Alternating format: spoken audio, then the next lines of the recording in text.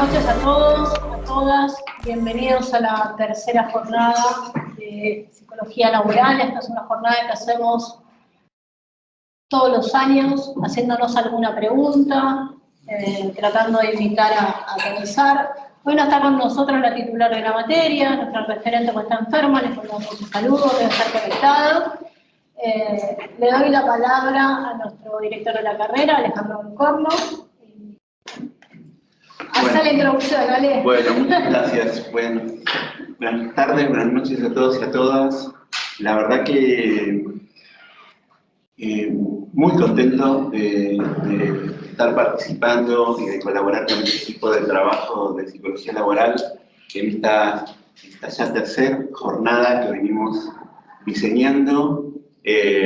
Saben que hacemos jornadas todos los años de Psicología Laboral, de prácticas preprofesionales y de taller de TFI. Y la verdad que para mí es un honor participar del trabajo que este equipo realiza.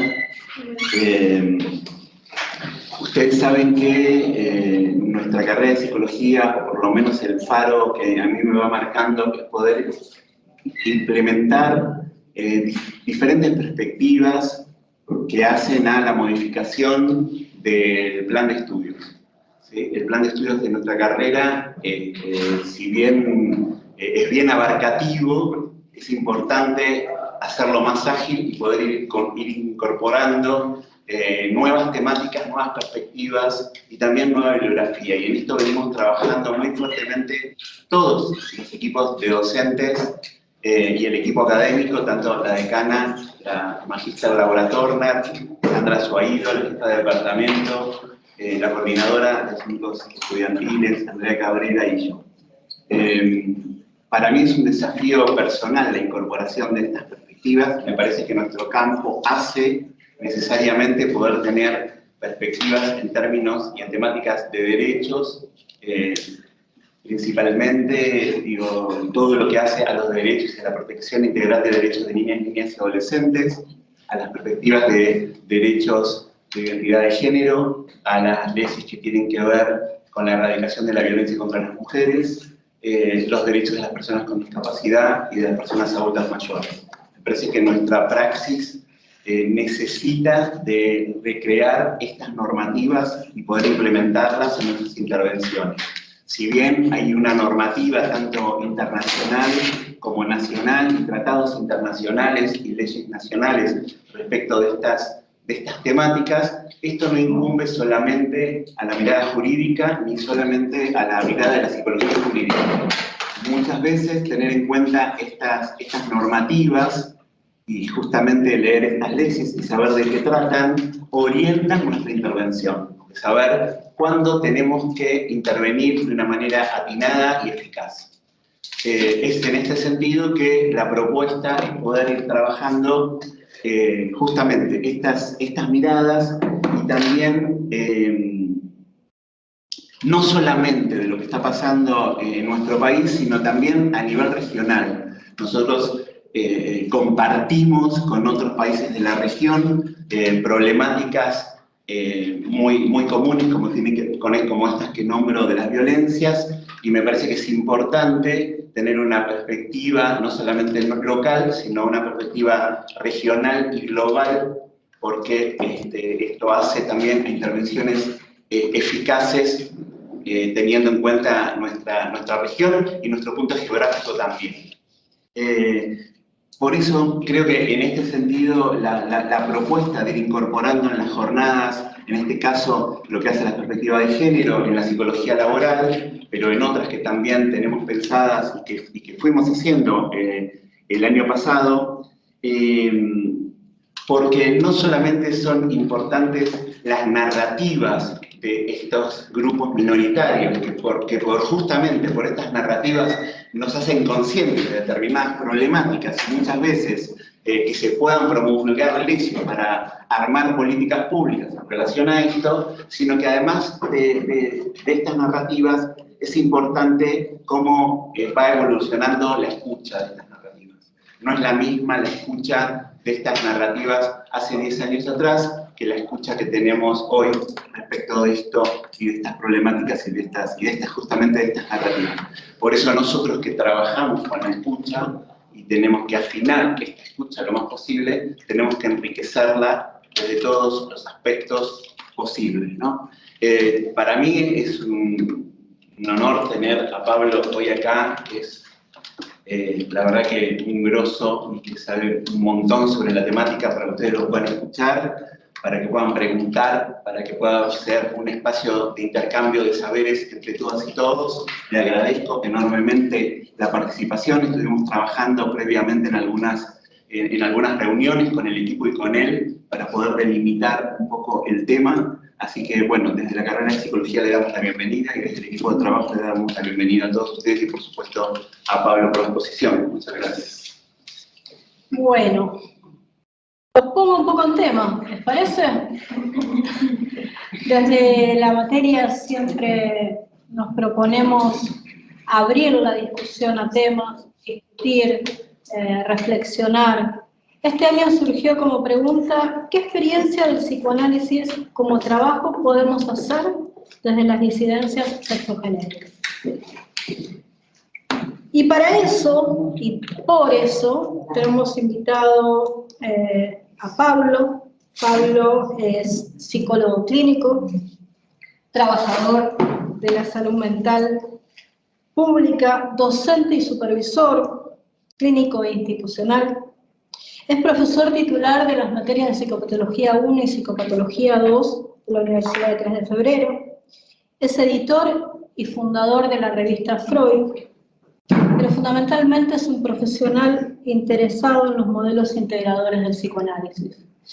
Los dejo con él, creo que agregarle más es poner postre, ¿verdad? No pasemos al postre tan rápido. Perdón, sí, lo que les pedimos es que tengan los celulares apagados o hacer el menor ruido posible, porque el audio es un audio ambiente y si no la gente que nos está escuchando, que es bastante, que está escuchándonos desde sus casas, escucha mucho ruido ambiente además de la exposición. Así que le pedimos en ese sentido ser lo más silenciosos posibles hasta el momento del intercambio de preguntas.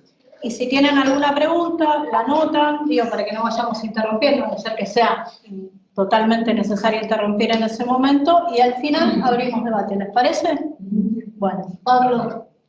Bueno, buenas noches a todos. Empiezo agradeciendo mucho la invitación a los colegas con quienes me reuní ese sábado y me ayudaron a orientar por dónde pensaban que podía ser útil mi presencia, ya que por más que estoy en la UNTREF dando clases, en general mi experiencia clínica y docente ha sido en el ámbito del hospital y centros de salud público.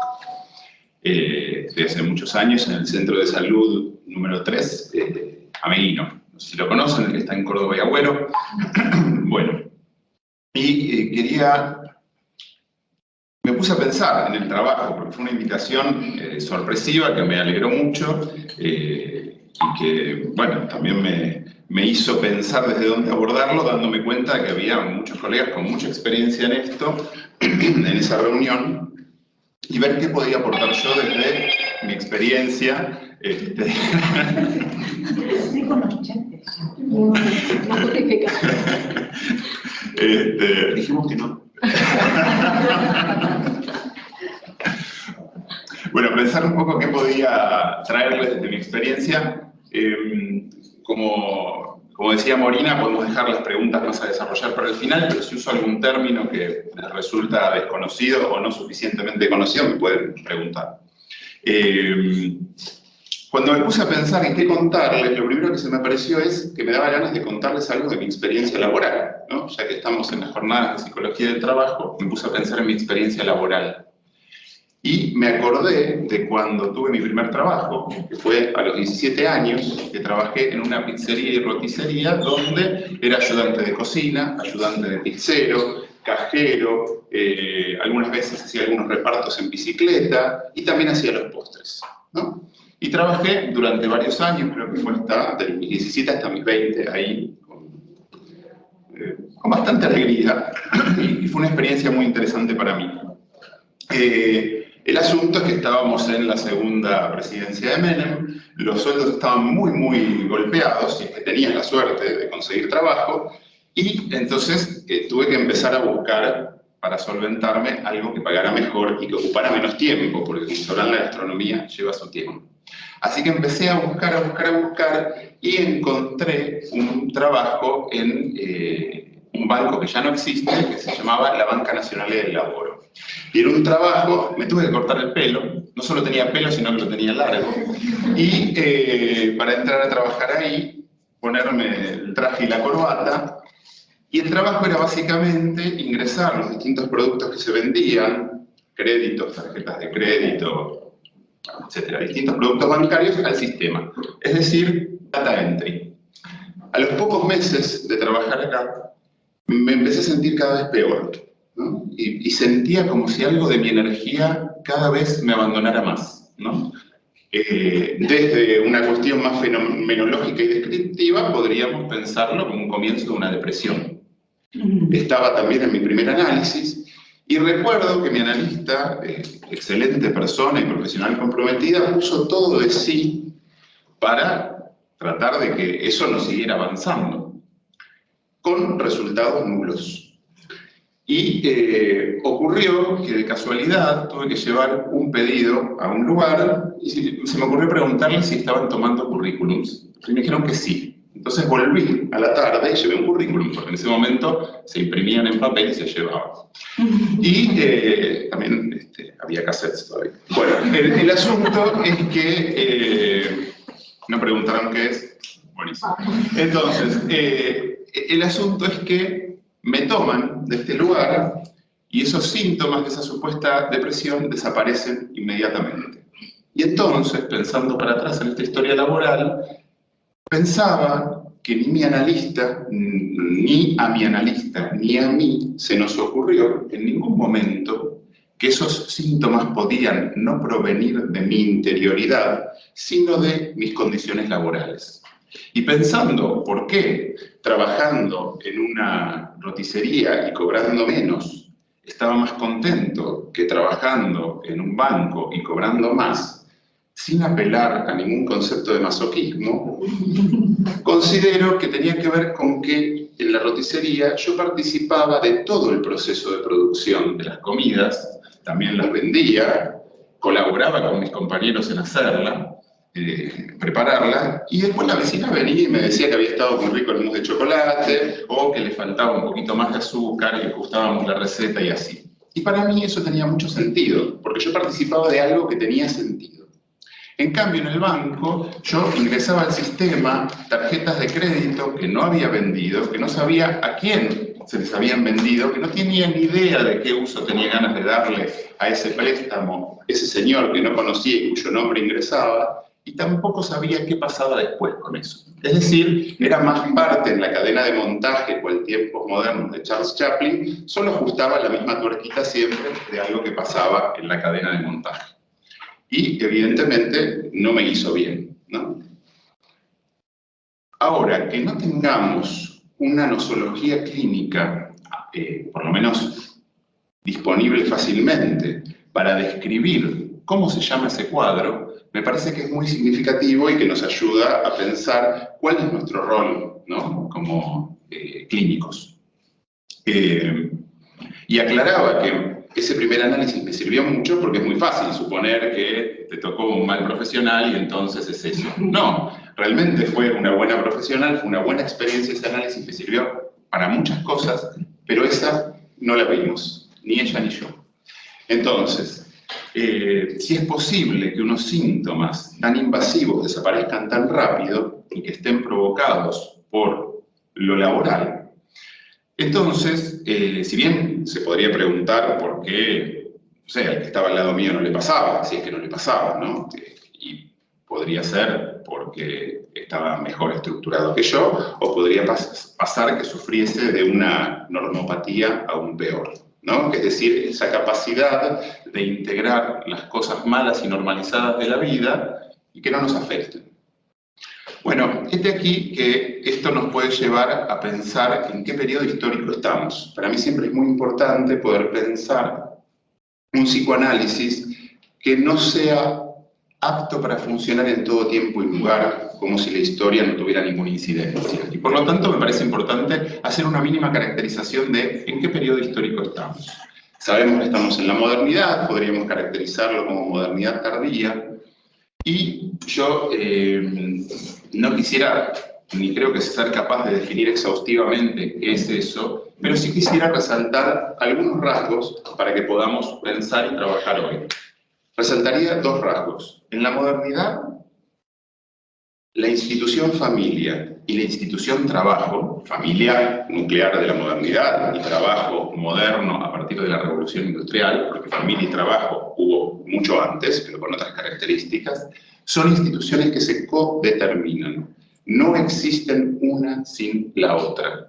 Y es por eso, por ejemplo, que en el 2001 muchos hombres que perdieron su trabajo perdieron la posibilidad de sostenerse en su rol familiar, aun cuando, en el caso de las parejas heterosexuales, por ejemplo, sus mujeres tuvieran aún trabajo y quizás ese trabajo alcanzara, aunque malamente, pero alcanzara para sostener el hogar. No ocurría, por ejemplo, que sus hombres pasaran a ocuparse de las tareas del hogar y del cuidado de los chicos y su esposa a trabajar, bueno, y surfear en la nueva situación así. Por supuesto que a veces sí, estoy hablando tendencialmente, ¿no? Sino que tendió más a ocurrir que se deprimían, que perdían su posibilidad de rol familiar junto con el haber perdido su rol laboral. Esto simplemente para, en una pincelada, mostrar cómo familia y trabajo se codeterminan. La modernidad tardía tiene una característica más que me gustaría resaltar, que es que, además de que hay cuestiones institucionales que se codeterminan, hay una invisibilización de esa codeterminación que hace que estudiemos áreas supuestamente separadas e independientes entre sí, por lo cual, como psicólogo clínico, es dable en pensar que yo me ocupe mucho de la historia familiar de las personas, pero no es tan obvio que yo me pueda ocupar de su historia familiar. Y es dable en pensar que las materias clínicas digan mucho sobre las familias y muy poco sobre el trabajo, aun cuando estemos en clínica de adultos. De hecho, en mi carrera así fue. La materia psicología laboral o de trabajo, no me acuerdo cómo se llamaba en ese momento, no tenía, desde su mismo planteo, no tenía ninguna idea de ser algo clínico. Era como otra especialidad que podías elegir y que si te gustaba, habías tenido la mala suerte de estudiar en la UBA, donde todo estaba tomado por el psicoanálisis, como si fueran cosas que no estaban correlacionadas. Entonces, las dos ideas serían codeterminación institucional e invisibilización de esa codeterminación, que hace que podamos especializarnos muchísimo y hacer maestrías y doctorados sin nunca ocuparnos del trabajo, pero sí de la familia, por ejemplo, ¿no? Entonces, en ese sentido, me pareció muy interesante que la invitación de quienes organizaron las jornadas sea alguien que es básicamente un clínico y que su experiencia docente es en el ámbito hospitalario. Porque pienso que es un movimiento en pos de deshacer esa invisibilización y volver más evidente esa codeterminación, ¿no? Bueno, entonces esa era la primera experiencia que les quería contar, que es una experiencia mía. Y voy a dar una pequeña hipótesis que sería que la historia laboral, nuestra historia laboral, es altamente determinante de cosas que vamos a pensar y cosas que vamos a poder hacer. Entonces ahora quería contarles algo de la historia laboral de Freud. Freud, si bien no era un monotributista con una obra social terrible, tampoco era un gran adinerado y dependía de recibir derivaciones y de atenderlas para vivir. En 1896 se hace una reunión, me imagino así como esta más o menos, en la Sociedad de Neurología de Viena, que era la institución científica en medicina más prestigiosa de la época. Y Freud expone su investigación con pacientes, en su mayoría las llamadas histéricas, y expone 18 casos, si no recuerdo mal, donde en la mayoría de ellos la determinación sintomática, no única, pero sí una de las más importantes que le había encontrado, era la violencia intrafamiliar por medios sexuales. describe todo esto, y cuando termina su exposición, la primera intervención es de Krafft-Ebing, que fue el psiquiatra más famoso en esa época. O sea, Freud era un joven profesional y Krafft-Ebing ya estaba consagrado. Krafft-Ebing levanta la mano, pide la palabra y dice: lo que acabamos de escuchar es una pseudología fantástica. Pseudología fantástica es un modo cheto de decir: esto es un cuento de hadas científico, ¿sí? Y entonces, recordarán el importante interlocutor de Freud, Fliess, ¿no?, que hablaban por carta. Freud, después de esta reunión, le escribe a Fliess y le dice: la recepción por parte de los asnos fue gélida. Siento como un círculo se empieza a abrir alrededor mío y temo no recibir más derivaciones. Y creo que también temía, aunque no recuerdo si lo dice en la carta, que no hubiese un lugar para el psicoanálisis en la historia de la ciencia que se estaba forjando, de la ciencia médica, que era una de sus aspiraciones. Entonces, con esta pequeña historia laboral de Freud, donde estaba preocupado por quedarse sin lugar en la sociedad científica de su época y sin pacientes, porque recordemos que era un procedimiento experimental y nuevo que requería de mucha confianza, ¿no? Derivar a un paciente a un procedimiento que dicen que es bárbaro, pero que no sabes qué va a pasar, no es cualquier cosa. Entonces, la carta posterior, no es que fue una posterior, sino posterior a esta, pero hubo otras en el medio, donde le dice a Fliess: ya no creo en mi neurótica, no es solamente que se encontró con que había un procesamiento de los hechos traumáticos por medio de la fantasía inconsciente y por lo tanto era necesario modificar la teoría, sino también una formación de compromiso con las relaciones de dominación de su época. Porque ahí donde hubiera sido necesario hablar de traumatismos y procesamiento inconsciente, Freud eligió, o le ocurrió, teorizar en términos de traumatismo o procesamiento inconsciente, fantasía inconsciente, ¿no?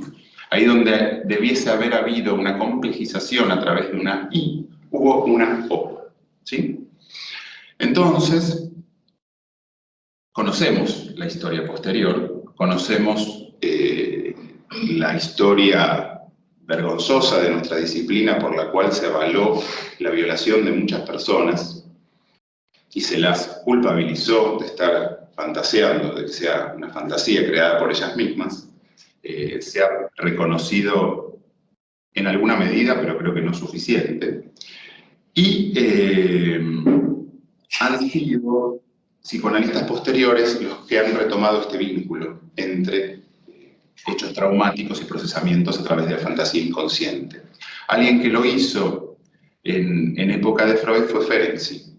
Ferenczi, en 1932, si no recuerdo, mal, yendo al Congreso Internacional de Psicoanálisis de ese año, pasa antes por Viena. Está yendo a presentar el trabajo Confusión de lenguas entre el niño y el adulto. En ese trabajo, él retoma la necesidad de volver a darle un lugar central a las violencias ocurridas en las familias. Se lo lee a Freud, y Freud hace algo que es muy común cuando las personas reciben violencia y no han podido procesarla adecuadamente, que es hacer activo lo pasivo. Es decir, pasa de violentado a violentador y le dice a Ferenczi que no lo presente. Ferenczi lo presenta igual y muere pocos años después, considerado un loco en el mundo del psicoanálisis. Entonces, fíjense cómo este pequeño recorrido nos va llevando hacia la historia del psicoanálisis y su relación con las violencias. Lo laboral no es un ámbito donde haya poco de ellas. Así es que no me voy a extender por este lado, pero lo quiero dejar indicado porque quizás sea de interés para ustedes, que este hecho determina qué se llamó historia y prehistoria del psicoanálisis para Freud mismo. En el sentido de que todo el trabajo valiosísimo técnicamente que había hecho con esas pacientes queda en la prehistoria del psicoanálisis, porque Freud, en ese momento lo que había era un método de presión sobre la frente. Pero más allá de esa cuestión que nos puede parecer extraña, había unos modos de trabajo muy interesantes de su parte y que encontramos en estudios sobre la histeria que quedaron en la prehistoria del psicoanálisis junto con aquello que él proponía como etiología de la histeria, que fue el único momento donde el psicoanálisis tuvo una teoría propia de las relaciones de dominación, por más deficitaria que fuese. Y fue muy determinante de la posibilidad de pensar qué es el trauma para el psicoanálisis. Porque, por supuesto que esto podría contraargumentarse, pero ¿qué? ¿No existen las mujeres locas? ¿No existe la mentira? ¿No existe la falsa denuncia? Por supuesto que sí. ¿Cómo volvemos operativa clínicamente la consigna de los feminismos de Freo Hermana? ¿Creyéndole a cualquier persona que nos diga que recibió una violencia? No. No creyendo pies juntillas. Sí creyendo que ahí, donde alguien dice que hubo una violencia, puede haber habido también una violencia aún peor de lo que está diciendo, ¿no? Porque no es que solamente se puede deformar para un lado, se puede deformar para el otro. Muchas veces, las denuncias de violencias por la positiva me hicieron esto, condensan años de violencia por omisión. ¿Quieren revisar algo? ¿Digo? Sí. Sí, les pedimos a los que están conectados vía TIP, si pueden verificar que todos los micrófonos estén cerrados, por favor. Escribirlo si quieres seguir. Claro, por ahí en el chat se entiende mejor. Bueno, sigo entonces. Es decir, alguien puede decir me pasó esto y que ahí se haya desplazado y condensado un montón de violencias vividas por omisión, lo que se llama trauma negativo.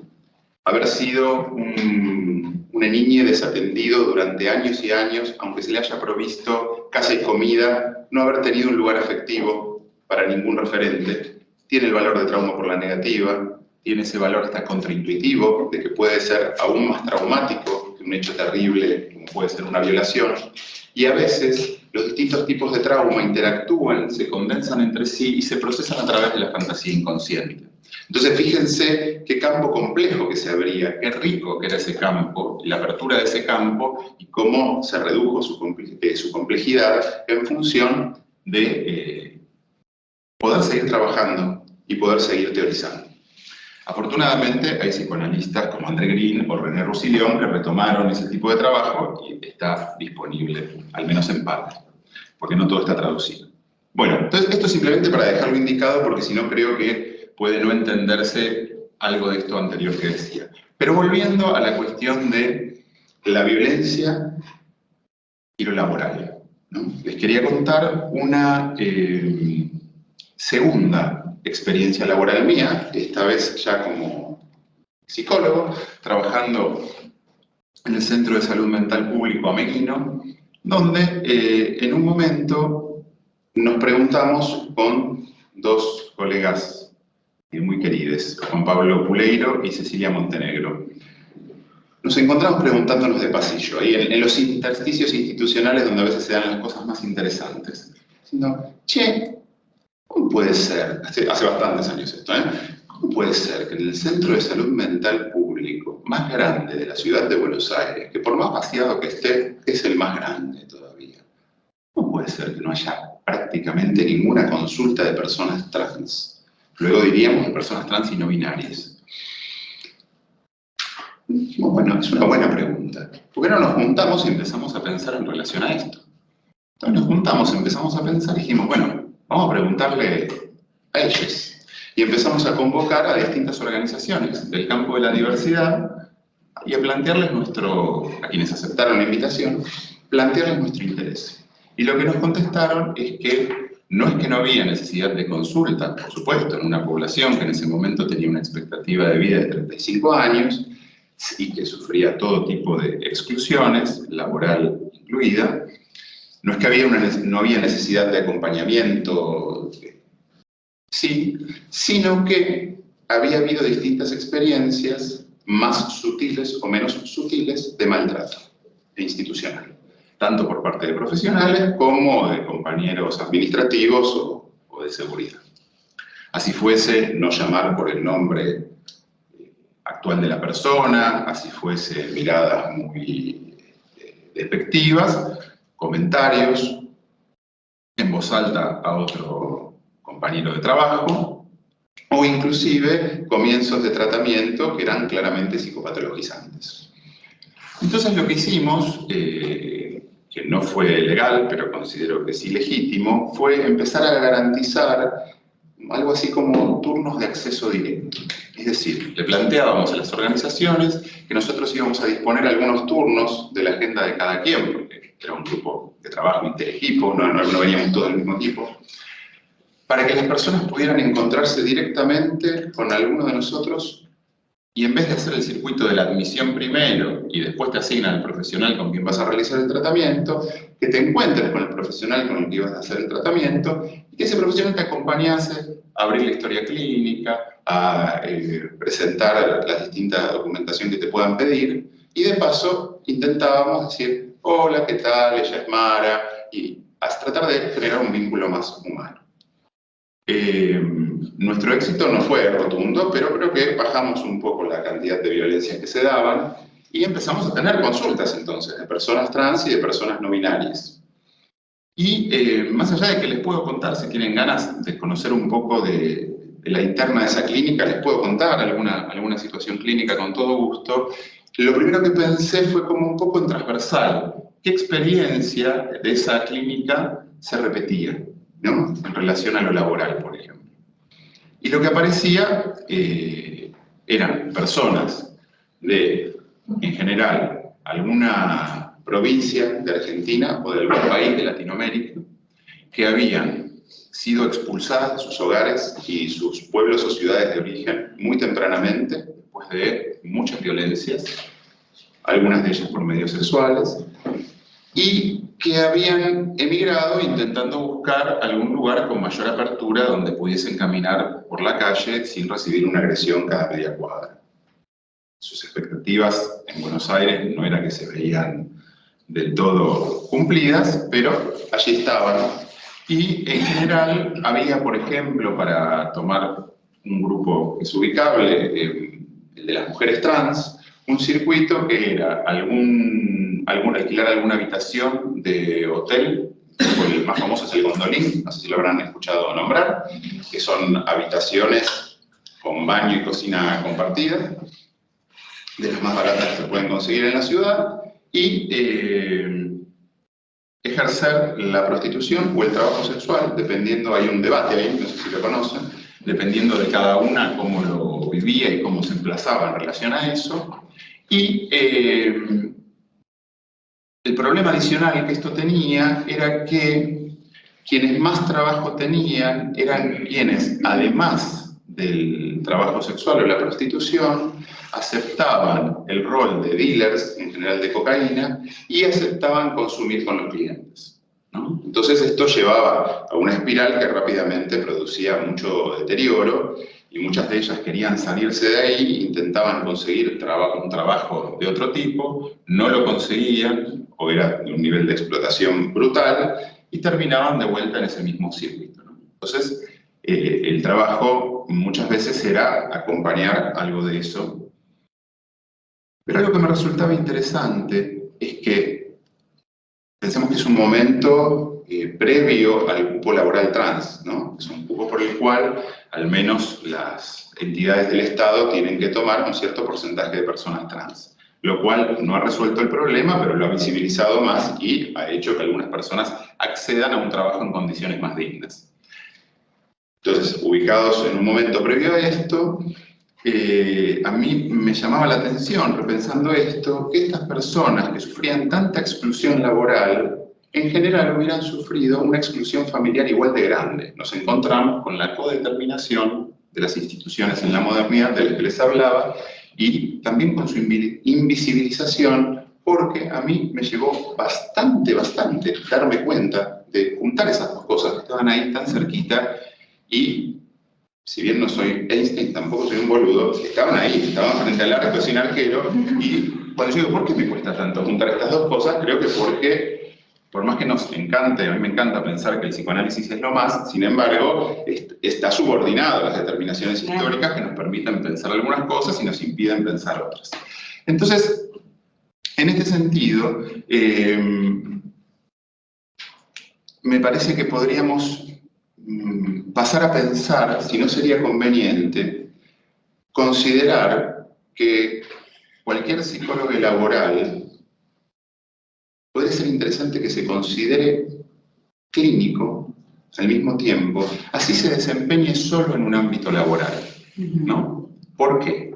Bueno, lo más obvio sería para no caer en una especie de adaptacionismo, de que nuestro rol sea que la gente aguante mejor, ¿no? O desarrolle normopatías a granel. Porque si nos ubicamos como clínicos, nos interesa que ciertos procesos no se normalicen justamente, ¿no? Nos interesa que ciertas cuestiones, que nuestro rol no sea el que con toda la buena voluntad ejerció mi primer analista, tratando de ayudarme a que yo resuelva algo sin saber muy bien cómo, pero que finalmente me llevaba a sostenerme en un trabajo que para mí no tenía sentido, creo que para nadie, y que me estaba haciendo sentir muy mal. Entonces, esto en principio nos lleva, diríamos, a la relación importantísima entre psicoanálisis y salud, ¿no? Porque en general está la idea, por más que la expresemos sencillamente y parezca casi tonta, yo creo que está muy instalada, de que el psicoanálisis es algo en sí, que empieza y termina en sí, y no que está ligado a algún proyecto de salud en lo social. Y siempre está ligado a un proyecto de salud en lo social. Lo que pasa es que a veces, como estas codeterminaciones invisibilizadas de la modernidad tardía, la modernidad en general, eso queda invisibilizado. Pero si trabajamos produciendo más normopatía y trabajamos ayudando a que la gente aguante condiciones que no debiese aguantar, entonces estamos yendo por un proyecto de salud, ¿no? Es un proyecto de salud tétrico, pero proyecto de salud al fin. Si ayudamos a que las condiciones de agrupación que permitan reclamar derechos y que están muy perdidas, y ya vamos a ir a ese tema si tenemos tiempo, puedan recomponerse, estamos trabajando por otro proyecto de salud, ¿no? Entonces, en este sentido, es que pienso que es muy importante que cualquier psicólogo laboral se considere también clínico, y cualquier psicólogo clínico considere también que su incumbencia es lo laboral. Y así es que, entonces, alguien pueda... porque están apareciendo informes, no sé si se enteraron de este informe que salió en España a pedido del gobierno sobre cómo la precarización laboral influye muy negativamente en las condiciones de salud mental.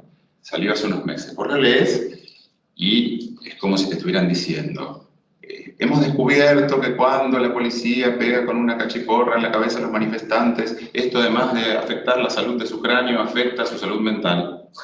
Bueno, ya me lo imaginaba, pero que lo diga una entidad gubernamental y que el informe lo haya encargado el propio gobierno es algo inédito. Es la primera vez que pasa algo así, ¿no? Entonces, como uno se sorprende un poco de eso. Pero lo que me interesa pensar es que cuando relacionamos así los campos, empiezan a florecer un montón de intervenciones posibles, que al mismo tiempo nos va a hacer, si somos psicólogos laborales, a tener más riesgo de que nos echen, hay que admitir eso. Pero ahí viene la sutileza, ¿no? Uno puede decir que hace una cosa y hacer otra, después entramos ahí. A mí me interesa pensar ahora un poco más micro en qué momento estamos. ¿En qué momento estamos hoy de la historia laboral de la Argentina? Ustedes sabrán probablemente que la dictadura, entre muchos éxitos que tuvo, produjo un cambio en la proporción de ganancias entre capital y trabajo como nunca se había producido hasta ese momento. Antes de la dictadura estaba en un 50-50, post-dictadura para los trabajadores quedó alrededor del 33%. Y en este momento estamos en el periodo más largo de la historia argentina, según un sociólogo como Daniel Feinstein, no es que esto lo puedo decir yo por mis propios conocimientos sociológicos, pero desde sociólogos que respeto mucho y son muy respetados, estamos en el periodo más largo de la historia argentina, donde el salario se viene haciendo pelota, alrededor de 7 años ya, sin que esto produzca una reacción social equivalente a la del 2001. Con menos de esto, en el 2001 se armó lo que ya sabemos que se armó. Y entonces esto de vuelta nos convoca como psicólogos. Decimos, bueno, ¿qué tipo de subjetivación tiene que haber para que lo que hubiera provocado un estallido social y una organización posterior en asambleas, por ejemplo, no ocurra? Ahí podemos ir a trabajos como que es un autor que creo que usan en la cátedra, Sebastián Plut, que es un psicoanalista argentino, y que publicó un trabajo muy lindo que el título es medio genérico, es como neoliberalismo y subjetividad, algo así. Está publicado en página 12, ¿no? Que a mí me resultó muy interesante ese artículo porque él es un psicoanalista muy serio, que escribe muy bien, pero que detrás tiene una pregunta que le arde, y que me encanta y que no la explicita, pero yo voy a tratar de ponerle mis palabras, donde él analiza un documental que trabaja con cosas acontecidas en Telefónica en Francia y en Argentina. Y ese documental muestra cómo, tanto en Francia como en Argentina, después de una serie de ajustes brutales, hubo toda una ola de depresiones y suicidios, ¿no? Y entonces, es interesantísimo ese artículo. Para mí la pregunta que el tipo se está haciendo todo el tiempo es, ¿cómo puede ser que esto hace 50 años hubiera hecho que los obreros se agrupen y prendan fuego a la fábrica, y ahora lo que produce es que toda esa violencia vaya hacia sí?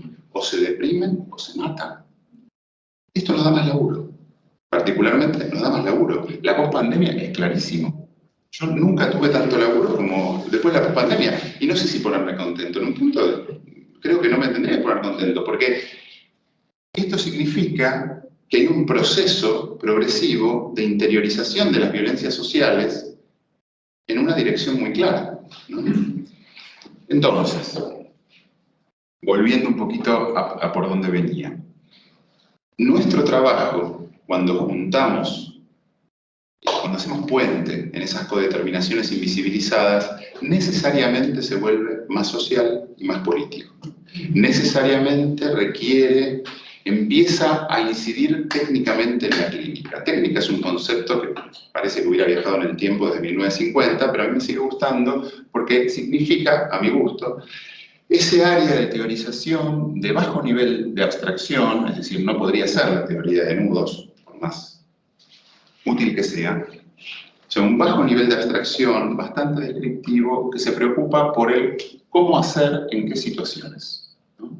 Y que le viene a mojar la oreja a la psicopatología, porque entonces le dice la psicopatología, no es que vos decís primero lo que hay y después yo trabajo. Según cómo yo trabajo, es la psicopatología que se produce. Entonces, no es lo mismo pensar que psicopatología es lo que alguien es en términos de estructura clínica, y después habrá modos de trabajar con eso que alguien es. Y otra cosa es pensar que la psicopatología es, en todo caso, una guía provisoria en principio, pero cuando se vuelve muy hegemónica, es simplemente un modo de trabajo cristalizado. ¿Por qué? Porque las entidades psicopatológicas clásicas están producidas en encierro, por ejemplo. La gente no se comporta igual encerrada que no encerrada, creo que lo aprendimos en la pandemia. Yo estaba bastante loco al principio. Entonces, me da la impresión que es muy importante que podamos pensar que hay modos de trabajo que producen o coproducen una situación clínica. Hay un ejemplo que a mí me gusta, que es un ejemplo de Rafael Civils, que es un psiquiatra y psicoanalista uruguayo, que se los iba a relatar, pero por ahí mejor se lo leo. Obviamente ahora me va a costar encontrarlo, como corresponde a la ley de Murphy, pero lo había dejado por acá. Hablo del tiempo, un aviso. Contó un chiste. Y el celu me va a andar más lento que nunca. Bueno, acá está, no lo había dejado preparado. Está publicado en la revista Topía. Es parte de un cuestionario sobre la interpretación y las intervenciones analíticas, ¿no? Se lo mandan a 4 autores y él responde. Responde por la interpretación y también podría pensarse por la intervención en general, y propone algunas viñetas. Yo les voy a leer 2 para pensar esta relación entre psicopatología y técnica, para pensar la violencia que hay en juego, y porque en realidad, como psicólogos, siempre tenemos que estar haciendo diagnósticos. El tema es si son diagnósticos que llamaría hegemónicos o diagnósticos situacionales. También en lo laboral vamos a tener que diagnosticar una situación para poder actuar en ella y encontrar un lugar. Dice así, las 2 viñetas de Rafael Signis. Dice la primera: en una sesión de mediados de diciembre, luego de que yo había planteado mis vacaciones anuales, un hombre refiere estar sintiendo la nostalgia angustiosa y teñida de fastidio que le era familiar a principios de todos los marzos, cuando termina el carnaval. Recordemos la importancia del carnaval en Uruguay, ¿no?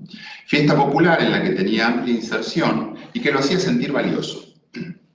Relataba la desazón que le provocaba ver desarmar los tablados de barrio, escenarios de carnaval en su infancia, y el triste recuerdo del aroma a hojas otoñales quemadas por las vecinas.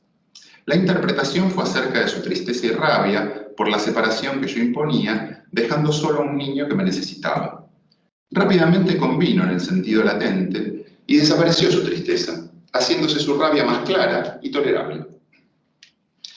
Hasta la interpretación está hecha en un modo muy clásico, ¿no? Uno podría hacerlo más lúdicamente, decirle, claro, ¿no? Que guacho, yo me voy de vacaciones justo en este momento que vos estás pasándola por el culo y te dejo en la lona. Y podría haber servido también. Pero más allá del modo de formular, que también podría ser con una pregunta y no firmando algo, dándole lugar al paciente para que diga si sí o no, lo que él ubica es que él interpreta que en realidad le está diciendo de costado algo sobre esa separación. Y es interesante que efectivamente se produce una modificación en su paciente, ¿no? Se enoja más y se entristece menos, pero se puede enojar con él. Muy importante poder enojarse con el propio analista. Bueno, y la segunda viñeta. Una joven con trastorno esquizotípico de personalidad, ahí se le nota a los psiquiatras, ¿no? Que tienen estos diagnósticos, y una relación familiar muy agresiva, mejora ampliamente en sus primeros meses de terapia al tener un espacio donde ser escuchada y, sobre todo, desplegar su rico mundo interno y su creatividad e inteligencia, brillantes pero distorsionadas por sus trastornos emocionales y la escasa continencia de su entorno. Le advierto que por una semana no voy a poder verla, viene 2 o 3 veces semanales, y comienza con actitudes un tanto bizarras e inadecuadas que había dejado de lado. Agresividad, exposición a riesgos, provocaciones y conflictos con el entorno inmediato, concurre a las sesiones en sus estudios de arte disfrazada, etc. Le interpreto, le digo, que lo que le sucede tiene que ver con la amenaza de pérdida de su espacio de terapia. Responde que no sea tonto, que no me crea el eje del universo. Mis palabras no tienen efecto y exacerba sus actitudes, sobre todo la agresividad. Le digo más tarde que me gustaría que pinte un paisaje y me lo traiga, y que esa semana podrá mandarme mails que abriré con cierta frecuencia y responderé en forma breve. Rápidamente mejoren sus síntomas. Por supuesto, ella percibió que el sentido de lo que le decía era el mismo que le había expresado verbalmente, pero aclara: yo necesito movimiento, acción y cuerpo. Y si vos me permitís eso, entonces no sos tan estúpido como a veces pareces. En estos casos, bueno, acá no importa, empieza a teorizar, no me voy a detener en eso, pero fíjense qué interesante como en la segunda viñeta, el mismo tipo de intervención que en la primera había tenido efecto y había permitido hacer un procesamiento a su paciente, la enloquece más, entre comillas, ¿no? Se pone más agresiva, se agarra más disfrazada a la sesión y a los estudios. Digo, si él no cambiaba su modo de intervención, tenía todos los números esta chica para terminar internada, o por lo menos con una pichicata de aquellas. Él considera que no es que ella sea una paciente inanalizable, sino que él está interviniendo para el culo, y que entonces va a tener que probar de otro modo. Y que no es que estaba mal la dirección de su intervención, estaba mal la modalidad de su intervención. Cambia la modalidad de su intervención y reaparece, quizás aparece por primera vez, una chica que nada que ver con una persona con necesidad de internación. Entonces, nuestro modo técnico de intervenir determina o codetermina la producción de lo que llamamos entidades psicopatológicas. Y esto ocurre en cualquier lugar donde tengamos que hacer un diagnóstico, ¿no? Por eso les proponía pensar un poquito la relación entre historia del psicoanálisis, cómo incidió lo laboral, la historia laboral de Freud hasta en su teorización, y cómo incidió en qué consideró Freud mismo la historia oficial del psicoanálisis, dejando en la prehistoria aquellas situaciones donde las violencias eran más claras. Entonces, ¿qué pasó? En la historia del psicoanálisis hubo todo un movimiento que es como paralelo al movimiento de diagnóstico oficial, que en nuestro caso sería el diagnóstico tripartito estructural, neurosis, psicosis, perversión, toda una serie de diagnósticos que buscaban, desde Ferenczi en adelante, pasando por un montón de autores, Valent, Anciet, Caes, André Green, Pontalis, muchísimos autores, Joyce McDougall, pasaban por lugares donde intentaban decir algo así como: no es posible trabajar con qué posición adopta una persona en relación a su discurso sin haber reconocido suficientemente las violencias que ha sufrido.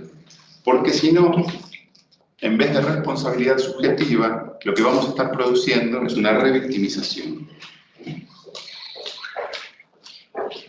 Esta historia, de la historia diagnóstica en psicoanálisis, deja fuera todo lo que se entendió como entidades limítrofes, o situaciones fronterizas del psicoanálisis, que son tan importantes para trabajar con cualquier persona que, por haber recibido violencias de modo sistemático, encuentre una gran dificultad en diversos modos de habitarse a sí mismo o misma, ¿no?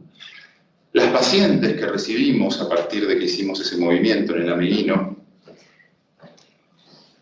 tenían esta característica en común: una historia de violencias extendida y terrible, y mucha dificultad para poder habitarse a sí mismas, estar en sí mismas. Y por lo tanto, muchas dificultades para poder habitar un trabajo, ¿no? Porque un trabajo muchas veces requiere que estemos quietos mucho tiempo en el mismo lugar, dedicándonos a cuestiones que no somos nosotros mismos. Y sin embargo, cuando alguien tiene muchas dificultades para habitarse, al mismo tiempo se ve muy demandada de ocuparse de sí. Entonces, no es fácil habitar un trabajo en esas condiciones. Muchos de los sufrimientos de las pacientes que atendí y atiendo disminuyeron cuando consiguieron un trabajo y volvieron a aumentar cuando fueron expulsadas de él. Hubo algunas situaciones donde colegas que trabajaban en recursos humanos de esos lugares acompañaron a estas personas, y en ese acompañamiento lograron que poco a poco, entre ese acompañamiento, que a veces fue más importante que el análisis que hacían conmigo, pero creo que hay una codeterminación ahí de espacios, en conjunto, fuimos colaborando a que también no solamente pudieran tener una inclusión laboral, sino que pudieran empezar a estar en sí, ¿no? Y para esto hizo falta no solamente reconocer las violencias sufridas, muchas veces es muy difícil porque son personas que han sufrido violencias objetivamente, pero no aún subjetivamente, en el sentido de que se pasan la vida escapando de lo que ya les ocurrió. Y en esa situación paradójica llegan al tratamiento. Entonces hay que generar las condiciones para que contarlas no sea... O sea, porque te dicen, ¿para qué las voy a contar? No me quiero acordar de eso, es horrible. Y tienen mucha razón en ese sentido. Y ahí es donde aparece lo que podríamos entender como el objetivo de un análisis, que si yo lo tuviera que decir muy rápidamente, es cambiar un tipo de sufrimiento por otro. Cambiar el sufrir repetitivo que no elabora nada por un sufrir que elabora. pero elaborar produce sufrimiento también. Entonces, yo no le prometo a nadie que va a estar mejor directamente. Sí pienso que es posible provocar mejorías a través de un tratamiento de un modo indirecto, cambiando un modo de sufrir por otro. Pero es bastante difícil pasar por algunos lugares. Y a veces, porque ahí vendría la pregunta, ¿por qué sería importante poder incluir dentro del estudio de cualquier carrera en psicología que tenga el psicoanálisis por parte importante, las situaciones fronterizas en el análisis? A mi gusto es imprescindible incluirlas porque nos permite, primero, que no es una diferenciación tajante entre el análisis de niñez y el de adultez. Segundo, que permite habitar situaciones paradójicas y procesarlas lúdicamente, ¿sí?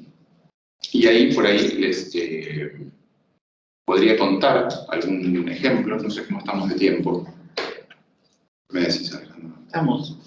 ¿Sí? Estamos. ¿Hacemos un ejemplo o vamos cerrando? Bueno, un ejemplo de algo que me pasó y que muestra cómo poder trabajar con las dificultades para habitarse de otra persona implica ejercitar mucho la capacidad de habitarse uno como clínico. Es un ejemplo que yo he contado alguna otra vez porque me resultó muy fuerte y me resultó muy evidente, como me pude ver en aprietos claramente, ¿no? Yo recibí una paciente ecuatoriana con una historia de expulsión muy temprana de su país y una inmigración muy errática, donde nunca llegaba a un lugar donde no encontrara violencias, y que llega acompañada por una organización que acompaña a personas trans. Yo estaba, por suerte, con un colega, Juan Pablo Culeiro, que se los mencioné antes, con quien armamos este grupo de trabajo, junto a Cecilia Montenegro, y tomamos la admisión juntos. Y ella estaba completamente agitada, de tal modo que no podía prácticamente hablar. Y nosotros le preguntábamos si podía contarnos de algún modo qué la traía ahí, y ella no podía, y trataba de hablar, y se desbordaba, y no sé qué. Pero yo no estaba seguro si era que yo no estaba entendiendo, entonces le pedimos si podía esperar un ratito afuera, y yo le pregunto a Juan, le digo, che, no entendí nada, me dice, yo tampoco. Ah, bueno, listo. Y entonces la llamamos de vuelta y decimos, mira, disculpame, pero no estamos entendiendo nada, sí que le estás pasando muy mal, y que eso está en el cuerpo, y que tu cuerpo está dando testimonio de eso, pero hasta ahí llegamos a entender. Y entonces ya ahí con un poquito, con bastante dificultad, pero puede un poquito más claramente contarnos que venía de cagarse a piñas con el novio. Y yo la tomo en tratamiento y vamos empezando a trabajar, pasando por muchas dificultades para que ella pueda contarme algo de las violencias sufridas. Y algo de lo interesante era que cuando ella hablaba de las violencias que había sufrido, en la misma serie estaban los rechazos laborales por ser trans, ¿no? No era que una violación, un rechazo laboral o un cuchillazo en la pierna, como le había ocurrido en la zona roja, quedaban en lugares tan distintos, ¿no? Porque también lo que permite la clínica es ver a veces, podríamos decir, el nivel de violencia más allá de cuán espectacular o no sea la escena, ¿no? Y entonces, bueno, vamos trabajando y nos agarra el comienzo de la pandemia. Como muchos pacientes de la Meguino no tenía conectividad, pero sí tenía un celular, entonces yo le ofrezco llamarla porque la institución nos bajaba la línea de que solo quienes fueran a retirar medicación podían ir presencialmente y que teníamos que atender virtualmente. Y ella no acepta ese modo de atención. Y entonces yo le pregunto que, bueno, que cómo podríamos hacer para seguir el tratamiento. Y ella me dice que nos podríamos escribir por mail. Y entonces nos empezamos a escribir, hacemos un epistolario, donde al principio yo lo único que hacía, porque ella escribía todo de corrido, no había ningún signo de puntuación, y a mí me costaba entender qué decía, porque viste que para asignarle un sentido a una frase tenés que decidir dónde parás. Entonces yo lo que hacía era decidirlo un poco arbitrariamente y decirle, entendí esto. Y yo me contestaba, no entendiste nada, Pablo, y me volvía a aclarar, y así iba y venía hasta que ella consideraba que yo había entendido suficientemente bien. Y esto fue muy lindo porque en ese proceso de escritura que duró unos meses, fue estructurando su discurso, decide retomar la escuela, bueno, etcétera, pero no me voy a ir por ahí. sino que en un momento me dice que estaba muy enojada porque a quien ella llamaba el viejo asqueroso, porque recuerden lo que les decía de que la mayoría de esta población vive en pensiones y hoteles y comparten los espacios comunes, cocina, baño, etcétera, etcétera. Que había un viejo asqueroso que le decía cosas todo el tiempo sobre su cuerpo y que ella estaba cansada, que había hecho la denuncia a tal y cual entidad y que no pasaba nada, que había llamado a la policía y que no pasaba nada, y que estaba muy cansada de la situación y no sabía cómo iba a reaccionar. Yo ahí me asusto, porque siento que realmente va a hacer algo, y entonces le pregunto si podríamos hablar por teléfono, aunque sea, o vernos en la institución. Y él me dice, no, que vernos en la institución no, porque el COVID y qué sé yo, estábamos en los primeros meses, ¿no? Donde había otro clima del asunto. Y digo, bueno, pero podría hablar por teléfono. Me dice que no, y unos días después me dice, Pablo, vamos a hablar por teléfono. Bueno, entonces hablamos por teléfono, recuerdo que era un sábado, yo no trabajaba por la medicina, y hablamos por teléfono. Y entonces me dice que ella estaba cocinando en la cocina común y que el viejo asqueroso había ido por detrás y le había agarrado el culo. Y que ella se había dado vuelta y le había tajeado la cara con el cuchillo. Y que había decidido que la próxima cosa que hiciera, que creía que la iba a hacer, porque le siguió puteando, o sea, no, tampoco el señor estaba muy impresionado porque le tajearon la cara, lo iba a matar. Y entonces yo empecé a desesperarme y todo el tiempo sentía que lo que quería decir era ándate de ahí, ándate a otro hotel, te doy la plata yo. Como una desesperación, yo estaba con el teléfono, pero estaba como desesperado y pensando, no sos un tarado, ¿qué le vas a decir eso? Eso se debe haber dicho todo el mundo, pará, callate la boca, aunque sea. Fue como un esfuerzo maratónico simplemente callarme. Bueno, logré callarme. Y ella me dice a continuación que había hablado con los referentes de distintas organizaciones y todas le habían dicho eso, obviamente.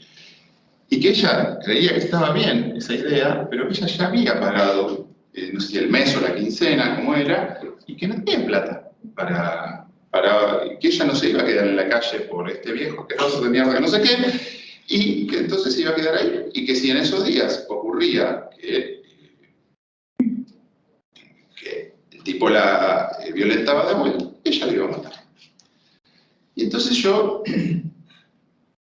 pensé en mi matrícula, me imaginé visitando la cárcel, me imaginé preso yo, me imaginé yéndola a buscar, me imaginé toda una serie de cosas, pero fue interesante porque pude jugar un poco con eso hasta que sentí que algo del tono corporal iba bajando, debía tener los hombros por la oreja, iba bajando y sentía que podía pensar un poquito de vuelta y se me ocurre una idea ahí recién, ¿no? Pero esto se me ocurre no porque a veces lo que pasa con estas cosas, quiero hacer una breve pausa comercial para decir que yo voy a contar esto y puede ser que produzca la impresión de que soy regenio. Y no es así. Es que hay un método en psicoanálisis que quedó borrado cuando el lacanismo hegemónico, con toda la razón, combatió la rígida técnica kleiniana, pero en vez de decir que había que flexibilizarla, hizo volar la técnica por los aires como espacio, como categoría. Entonces parece que no hay método en psicoanálisis. Y sí hay. Esto es la aplicación de un método que no voy a tener tiempo de desarrollar hoy, que implica que hay que hacer un fuerte autorregistro de las propias emociones, en el sentido en que un autor argentino como José Valveros dice algo así como: todo paciente porta dentro de sí, sin saberlo, un diseño de su propia cura, y el trabajo principal del analista es soportar las emociones desagradables que le va a provocar permitir su despliegue. Entonces yo estaba haciendo eso, estaba dándole lugar a mis fantasías, a mis miedos, a mis emociones, al registro de mi cuerpo todo tenso, hasta que algo de eso pudo aflojar y se me ocurre una idea. Y entonces le digo, escuchame una cosa. Estoy muy nervioso. No, eso, no se lo digo, no se lo digo. Me lo callé eso. Ya se había dado cuenta, hermano. De la cara de China. Digo, escuchame una cosa. A mí me parece que está bien que lo quieras matar. Pero que A mí me parece que está bien que lo quieras matar. Pero que vas a ir en cana. No, porque cuando venga la policía yo le voy a explicar y entonces que en defensa propia. Digo, dale, ¿en qué país te crees que vivimos? ¿Que la cana te va a creer a vos? Vas a ir presa. Vas a ir presa injustamente, pero vas a ir presa. Entonces, ¿vos querés ir presa? No. ¿Pero lo querés matar? Sí. Bueno, yo creo que está bien que lo quieras matar. Pero pensemos entonces, nuestro trabajo tiene que ser cómo puedes hacer para matarlo sin que queden rastros. ¿Sí? Vas a tener que, tenemos un modo en que lo puedas matar, pero que no se note después, porque vas a ir en cana y la vas a pasar muy mal ahí adentro, ¿no? Bueno, me dice, ¿y cómo podría ser? Entonces empezamos a revisar distintos modos posibles de asesinar a este tipo sin que queden rastros, y yo más bien le objetaba, decía, no, pero si haces así pasa tal cosa, hasta que ella se empezó a dar cuenta mi nula experiencia en matar gente, y que evidentemente yo no estaba calificado para el asunto, y se volvió como gracioso, ¿no? Y así terminó esa sesión, yo con la esperanza que al incumplir mi obligación como agente de salud, de que frente al riesgo cierto e inminente para sí o para terceros, de dar información a la autoridad competente, que solo iba a traer más violencia para mi paciente, corté con la esperanza de que ese procesamiento lúdico hubiese alcanzado para los días que faltaban para que ese hotel terminase y pudiese pasar al próximo. Y así fue. En estos momentos me dan de forma religioso, que no soy, y decir gracias a alguna entidad, pero yo creo que no, que es gracias a un método, ¿sí? Y que este método también sería importante que se enseñe, siempre que se enseña psicoanálisis. Y para mí en el centro de ese método está Lacan, ¿eh? Porque si no parece como que solamente le pego y no. Yo, por ejemplo, no podría trabajar en psicoanálisis sin una noción operativa técnicamente de sujeto. ¿Qué quiere decir esto? Sujeto no es la persona, no atendemos a las personas directamente, sino que las atendemos mediadas por prestarle atención a entidades discursivas que llamamos sujetos, y que si yo tuviera que definirla, que es una hipótesis de trabajo, y si yo tuviera que definirla en la situación clínica que les conté, sería: esta paciente siempre me cuenta las violencias cuando ya ocurrieron, es la primera vez que me la cuenta antes de que ocurra, y me da la oportunidad de intervenir, ¿no? Y por eso había una posibilidad de procesamiento lúdico ahí. Bueno, entonces, para no alargarme mucho más, porque me gustaría que pudiéramos compartir, porque además me gustó mucho la charla que tuvimos con los colegas, y creo que es muy valioso que esté la palabra de ellos también, porque, como pasa siempre, nadie es profeta en su propia tierra, entonces la riqueza de quienes tienen acá, no necesariamente soy yo quien merece estar acá, sino posiblemente algunos, o también algunos de sus docentes, pero bueno, ocurre esto, ¿no? A mí me invitan, en la Meguino no me invitan de otros lados, ya veré si los podemos invitar a la Meguino. Entonces, lo que me interesa retomar de esto es que hay una relación entre historia en sus múltiples sentidos, ¿no? Historia en el sentido de historia de la humanidad, o si quieren de Occidente, la historia del psicoanálisis, nuestra historia personal, laboral, cómo eso puede determinar las formas en que podemos pensar, en que podemos teorizar, y etcétera. Hay algo en el poder trabajar, quizás quedó un poco de costado el tema de la diversidad. Esto creo que tiene que ver con que progresivamente en mis exposiciones fui tratando de que quedara integrado, porque si no se produce un efecto, creo que, ¿por qué me interesa integrarlo? Porque si no se produce un efecto como si hubiera que ir a ver a unos bichos raros, y en realidad el único motivo por el que vale la pena interesarse por el campo, por ejemplo, de lo trans, si uno no lo es para desnaturalizar lo cis, ¿no? La identidad cisgénero es cuando uno puede habitar con suficiente, digamos, sensación de que eso no es un como sí, la identidad asignada al nacer de acuerdo a sus genitales. Entonces, en ese sentido, si me intereso por lo trans, eso tiene que pegar la vuelta y mostrar cómo lo cis no es ninguna obviedad. Si quiero poder explicar lo trans, me tiene que interesar también poder explicar lo cis. si quiero explicar algo de la homosexualidad o entender qué procesos subjetivantes llevan a ese tipo de ejercicio de la sexualidad, me tiene que interesar lo hetero. Y me tiene que interesar muchísimo desafiar nociones binarias de biología introduciendo lo intersex. Y me tiene que interesar muchísimo lo no binario, cuando alguien no quiere, no se sienta representado, representada por ninguna de los lugares del binario hombre-mujer. ¿Y qué nos pasa cuando nos encontramos con estas personas? La primera vez que recibí en el Amerino a una persona no binaria, era una persona que usaba pronombres neutros, tenía el nombre de varón en inglés, tetas y barba. Fue muy amable conmigo y yo me sentí muy violentado en mi percepción. Ella me trató muy bien, pero hay algo de nuestra percepción, porque claro, no es que primero están las cosas y después vemos, ¿no? Vemos según las categorías que tenemos incorporadas, y yo no podía ver eso que estaba viendo.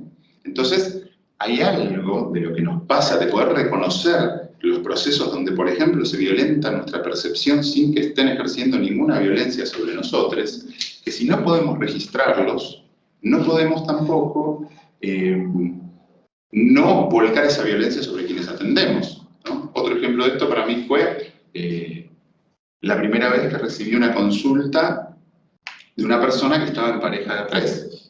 Y entonces, después de 45 minutos de la primera entrevista, medio que detiene la cosa y me dice, Pablo, ¿te puedo hacer una pregunta? Sí. Yo vine con vos porque me dijeron que eras un psicoanalista de los que hablan.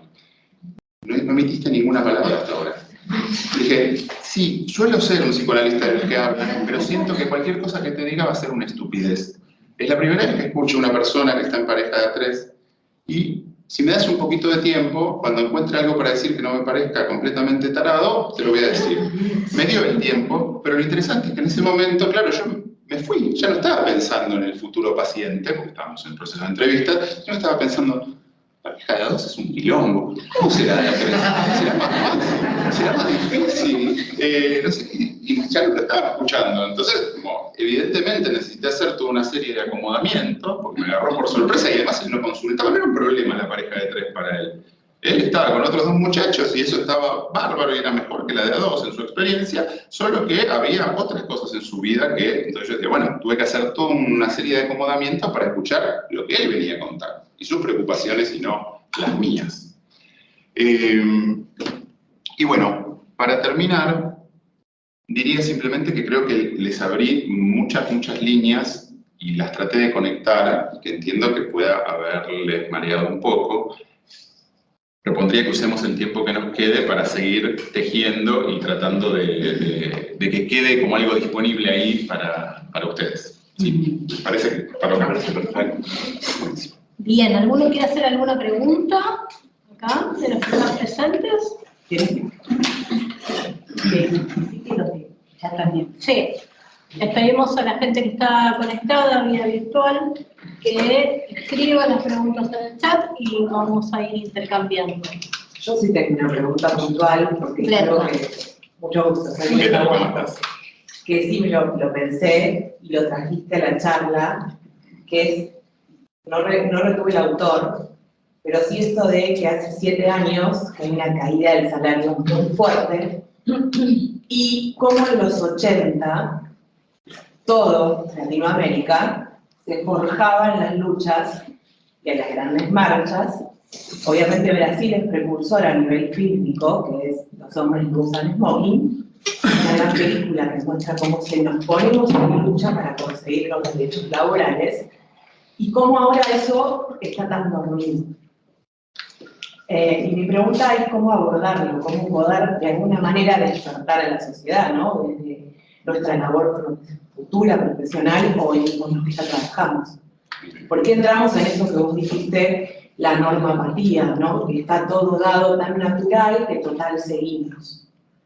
Y me hace mucho ruido porque no era la sociedad de los 80, ni mismo a los 90, ni tampoco la crisis del 2001, para ser más actual en mi país, pero sí está pasando en el resto del mundo. Sí, ayer Brasil acaba de promulgar una ley de 4 días laborales, y acá en Argentina seguimos esperando que. Y eso a mí me hace ruido desde la gestión comercial en la cual habito mucho y desde lo que voy a habitar a futuro, que es ser una profesional de la salud. Y la verdad que no sé cómo abordarlo. Bueno, el autor Miguel Feinstein, yo se lo escuché decir en una entrevista que no sé si sé reubicar, porque suelo escuchar las cosas que se van subiendo a YouTube de él, me interesa mucho, tiene mucho trabajo sobre el genocidio como práctica social, y ahí incluye tanto a nuestra última dictadura como al nazismo. Así que es un autor que les súper recomiendo, pero la referencia a qué entrevista era no te lo sé decir. Y me parece que por ahí, para empezar a hacer algo, estaría bueno que no nos asignemos el rol de despertar a la sociedad, porque nos vamos a frustrar un montón. Sí que busquemos bajo qué, deshaciendo qué puentes invisibilizados podemos despertar nuestra sensibilidad a este tipo de fenómenos. Y que eso se va a traducir en nuestra clínica, en nuestra docencia, en nuestras conversaciones, y también para quienes sean psicólogos que intervengan en el ámbito laboral, esto llama directamente a los fenómenos grupales. ¿En qué medida los trabajadores están en condiciones de agruparse para reclamar por algo y en qué medida no? Quizás tengamos que trabajar más en sindicatos que en empresas, o no solamente en empresas y también en sindicatos, ¿no? Pero empezar a recuperar algo del estudio de los fenómenos grupales que quedó reventado en la última dictadura, ¿no? Entonces, hay algo que te diría: formación en grupos e instituciones, formación en sociología y antropología para hacer estos lazos, y revalorización de nuestra tarea en relación a lo laboral, para poder empezar en terreno a poder sensibilizarnos y sensibilizar a las personas de que hay ciertos reclamos y ciertas luchas y ciertos deseos que no se pueden despertar individualmente, ¿no? Entonces, por ejemplo, a mí eso me trae mucho de la experiencia como lo que usualmente se llama analista institucional. Trabajé con un grupo de personas que lo hicimos durante muchos años, ahora yo lo sigo haciendo por mi cuenta, donde recibimos muchas consultas, sobre todo de grupos de trabajo en salud. También a veces en educación, pero sobre todo lo que más hicimos fue en salud y en salud pública, de grupos de profesionales, de un equipo, por ejemplo, que estaban sintiéndose muy mal todo el tiempo, por crisis institucionales, y hasta teniendo enfermedades psicosomáticas, gente renunciando, bueno, como una situación muy pesada, y que, por ejemplo, en gente que trabaja en salud mental, cada quien tenía su análisis. Y en general estaba contento con su análisis, y estaba repodrido de usar sus sesiones para hablar de eso, y nada cambiaba. Y cuando nos poníamos a hablar en conjunto del tema, sin que hiciéramos nada maravilloso, yo en muchas ocasiones no recuerdo ninguna intervención del otro mundo, más que proponer que de eso había que hablar en conjunto. Y algo se empezaba a mover, ¿no? Entonces, en ese sentido, no perder nunca de vista la potencia de aquellos aspectos de lo inconsciente que solo se actualizan en condiciones vinculares. Aunque para mí todo psicoanálisis es vincular, porque cuando estoy con un paciente tenemos un vínculo. No comulgo con la idea de que solo somos función. Es función y es vínculo. Entonces, eso es lo que te diría. No sé si contesté suficientemente. Sí. En relación a lo que vos planteabas, y esto, bueno, Deleuze plantea que las nuevas técnicas del neoliberalismo es apuntar a destruir lo colectivo, porque la unión de los trabajadores podía provocar algún levantamiento contra estas. Por eso me parece interesante lo que vos planteás, el hecho de que los trabajadores nos tenemos que agrupar, digo, porque en ese agrupamiento en comunidad podemos lograr mejoras. Solo no se puede, digo, ¿no? Desde lo individual no se puede. Y al respecto de Deleuze, la que trajiste vos, la nota que trajiste vos es de página 12, ¿no? Página 12, sí. Bien. Y pero viste que Deleuze en esa nota dice que en realidad... ¿Cómo? Plut. Viste, bueno, pero yo tomo Deleuze, porque Deleuze también habla de no, porque hay una... Sí, van a puntos en común ellos. Claro, porque trabajan en conjunto, pero Deleuze plantea en relación a esto de los suicidios, porque en realidad lo toma también Deleuze en Francia, dice que en realidad no es, los suicidios a veces se piensa como una cuestión psicopatológica, como efecto, ¿no?, de una depresión, y que estos modos de suicidios en las empresas no han que ver con una cuestión patológica, o psicopatológica porque están cursando una depresión, sino es fruto de la sobrecarga de trabajo, de la presión, ¿no? De las exigencias y demás. Entonces, bueno, me parece que es interesante pensarlo en este concepto de que, bueno, también lo que propone la ley de salud mental es sacar el concepto de patología o repensar el concepto de patología y pensar en la cuestión de sufrimiento psíquico, ¿no? De esto que vos contabas, de los casos que vienen, ¿no? De cada consulta, de limitar también cuál es verdaderamente el sufrimiento psíquico, ¿no? Sin pensar en las patologías, digo, se me ocurre. Y en relación a tu experiencia con pacientes trans y demás, ¿vos notabas que había mejorías cuando conseguían trabajo? ¿Cómo se insertaban? ¿En qué trabajos se sentían mejor? Digo, o si podés ampliar un poquito en relación a eso. Bueno, tiene como dos partes lo que vos decís, que me parece muy, muy valioso. La primera es algo que yo no mencioné con ese nombre, pero estaba hablando claramente de eso, que es el neoliberalismo, ¿no? Y cómo ha sido un proyecto político extremadamente exitoso. Y entonces, ya que dijiste esto, se me ocurrió, justo estaba leyendo un artículo de un analista que se llama Ariel Antar-Lerner, que empieza con este epígrafe, que es algo que dijo Margaret Thatcher, una de las máximas cultoras del neoliberalismo, primera ministra de Inglaterra, en una entrevista en una revista en 1987.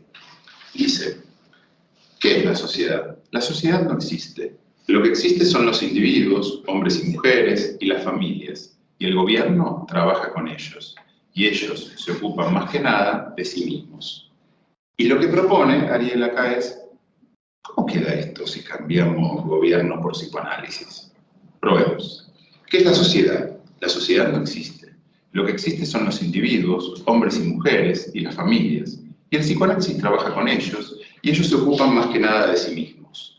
Que me parece que es un modo que él tiene de mostrar cómo, sin querer, hemos sido cómplices de ciertas políticas, aún con las mejores intenciones, y que esto ha hecho que se ataque la capacidad de pensar. Porque fíjense que toda la cita va hacia un solo lugar, ¿no? El gobierno se ocupa de los hombres, las mujeres y las familias, y los hombres y las mujeres se ocupan de sí mismos. No se dan vuelta a mirar qué gobierno quieren. Y cada vez estoy recibiendo más consultas y hablo con colegas y dice, esto no me pasa solo a mí, de jóvenes que intentan no pensar porque cuando piensan en sí, con cosas propias, el pensamiento los ataca. Tengo un paciente que dice, mi pensamiento me hace bullying, ¿no? Entonces, es muy interesante que estas políticas hayan conseguido un modo de subjetivación donde el pensar es peligroso. Por supuesto que cada caso tiene su singularidad, pero cuando aumenta un tipo de consultas, nos resulta de repente bastante claro que no es solamente un proceso individual, sino que hay algo social y transversal. Y uno diría, ¿y por qué el pensar puede resultar peligroso?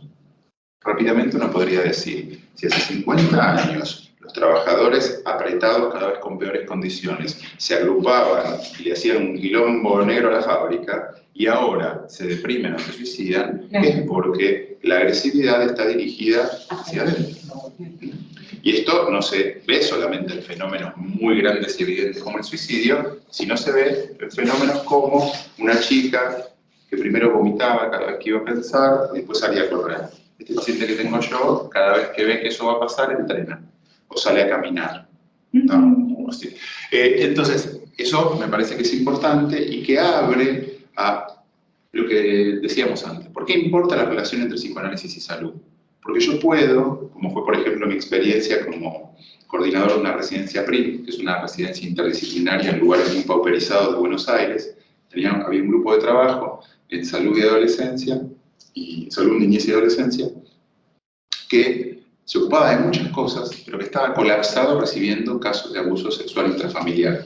Entonces, cuando yo estaba en la admisión, yo estaba en un consultorio de al lado para que pudieran interrumpirla por un momento, venir a charlar en el intento de que no se quemaran, porque eran personas que estaban comenzando su práctica, ¿no?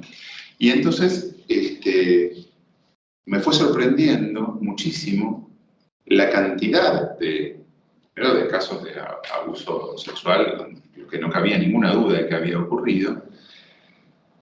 Y fuimos desarrollando un montón de formaciones y formas institucionales y dispositivos que permitió trabajar mucho mejor.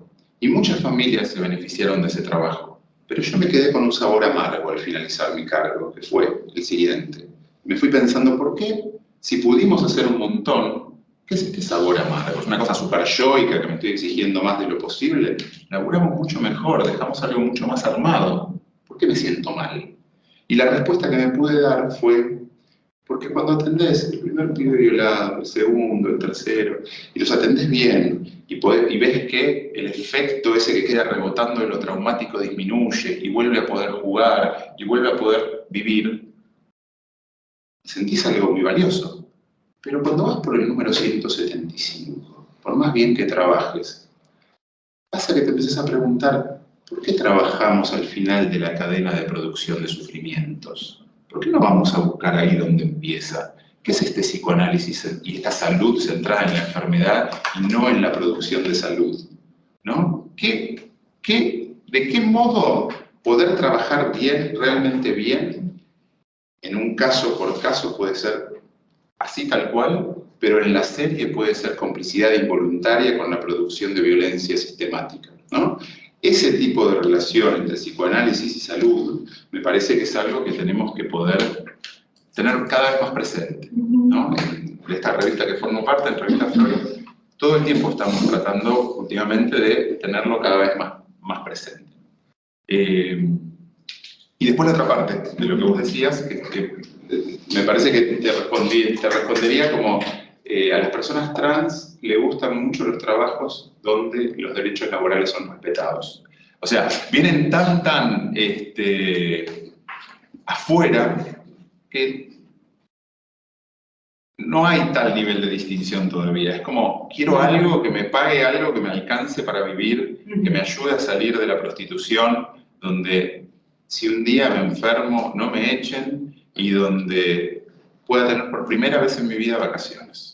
¿No? Es eso. Después, por supuesto, tienen sus preferencias como cualquier persona, pero en principio el cupo laboral trans, que viene en general con todos los derechos que en algunos empleos estatales hay, suele ser una fuente que viene resultando preferida, porque por fuera de eso no hay nada que iguale a esos trabajos. Y lo que decís me ayuda a complejizar un poco lo que dije antes, porque no diría que solamente mejoran, también tienen otro tipo de problemas y conflictos. Es decir, muchas veces es la chance de que los conflictos sean de otro tipo. No es lo mismo el conflicto en la exclusión que el conflicto en la inclusión. Y entonces el trabajo clínico no necesariamente se alivia tanto, pero sí cambia mucho en su forma.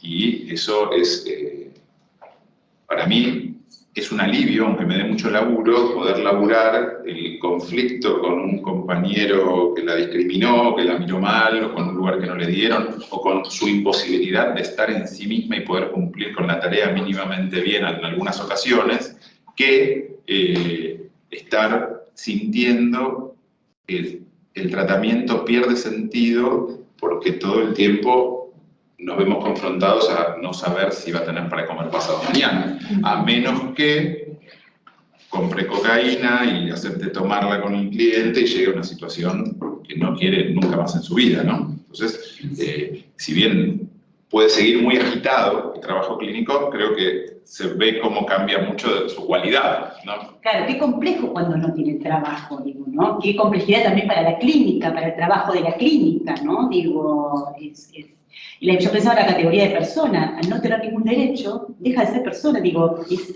un bueno, derecho de ahí es donde tenemos que trabajar con claro. las compas de trabajo social, conseguimos subsidio habitacional, conseguimos subsidio alimenticio, garantizamos mínimamente un cuartito y comida, y entonces empieza a existir realmente eso, fíjense, eso viene primero, y después en todo caso podemos trabajar con las otras dificultades que hay para salirse del circuito del consumo y la prostitución, pero para eso tiene que haber una opción, ¿no? Si no, yo no puedo. Si no hay una opción, yo no puedo pensar que en algún nivel inconsciente estás eligiendo quedarte ahí, ¿no?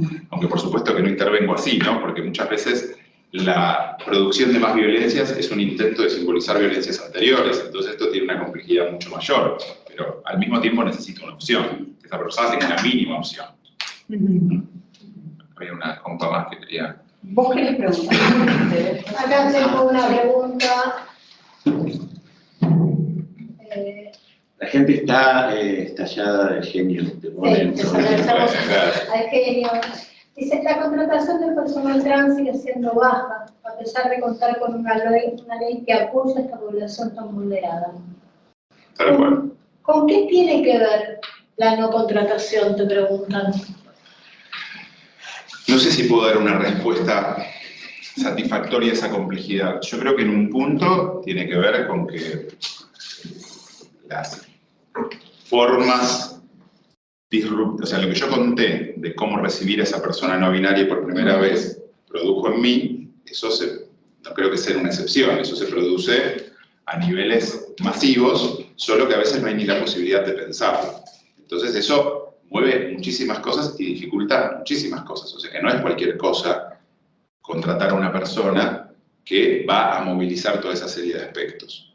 Por otro lado, creo que hay experiencias donde los empleadores encontraron que la persona necesitaba de mucho acompañamiento para realizar su tarea por el estado en el que estaba a partir de las distintas violencias sufridas. Entonces no es una contratación de que contrato a tal trabajador y empieza a laburar bien, se forma, se lo capacita y labura bien, sino que requiere a veces de otro tipo de acompañamientos y eso implica disponer de recursos institucionales para hacerlo, ¿no? Entonces, es una contratación más cara en ese sentido. No siempre es así, no generalizaría esto. Tengo pacientes que están pipí cucú para empezar a laburar fantástico mañana, pero otras personas que no.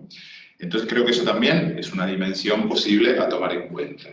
Pero creo que la primera que mencioné ocupa mucho lugar porque resulta disruptivo y porque tendríamos que empezar a preguntarnos qué de la sexualidad de los hombres cis heterosexuales que rechazamos completamente se satisface en ese circuito de consumo y prostitución, ¿no? Porque estamos mirando el lado de cómo están expuestas estas chicas, pero no estamos mirando el lado de los consumidores y qué dice eso de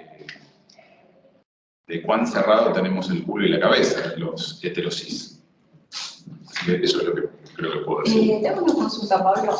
Digo, ¿qué pensás o qué opinás o qué sabés respecto de la perspectiva médica de los médicos? Digo, estás en un hospital público Sí. y sabemos también, ¿no? Digo, me imagino que hay ciertas tendencias hablando de la psicopatologización y además de las demás, digo, hay determinadas tendencias a pensar que o son todos pacientes psicóticos o son todos pacientes fronterizos, digo desde la etiqueta, ¿no?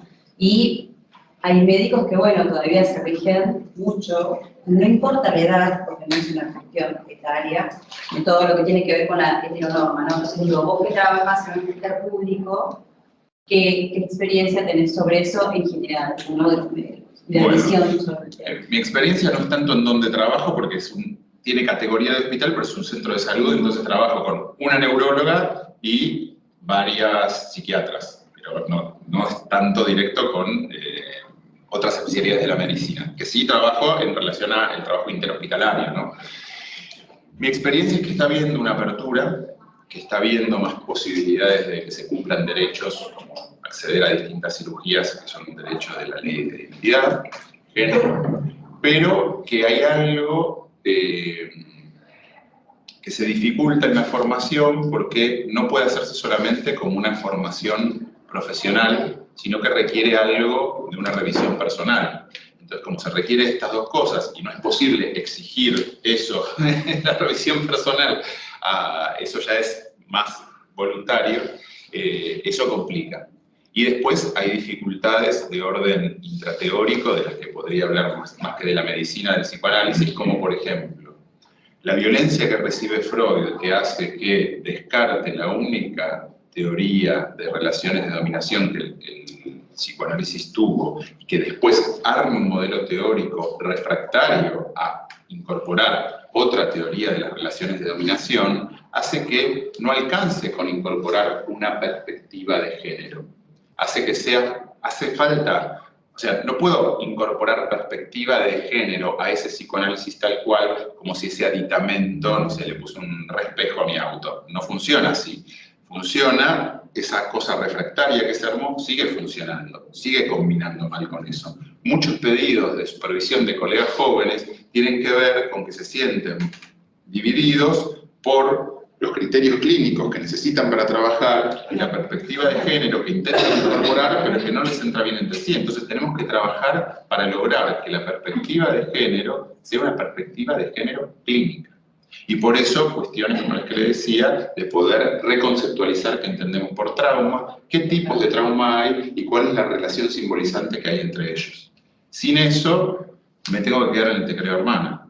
Y no alcanza. Clínicamente no alcanza. Políticamente es súper potente. Clínicamente no alcanza. Entonces, y me imagino que algo de esto puede ser replicado en cada disciplina, pero yo no podría hablar por las disciplinas médicas. Creo que esto atañe al psicoanálisis, a las psicoterapias, a la psiquiatría, y al trabajo social, la psicomotricidad. Digamos, las disciplinas sí pueden verse tocadas por esto, pero ya después, la verdad que no sabría qué es lo que les está permitiendo a muchos profesionales médicos, como los, ¿cómo se llama?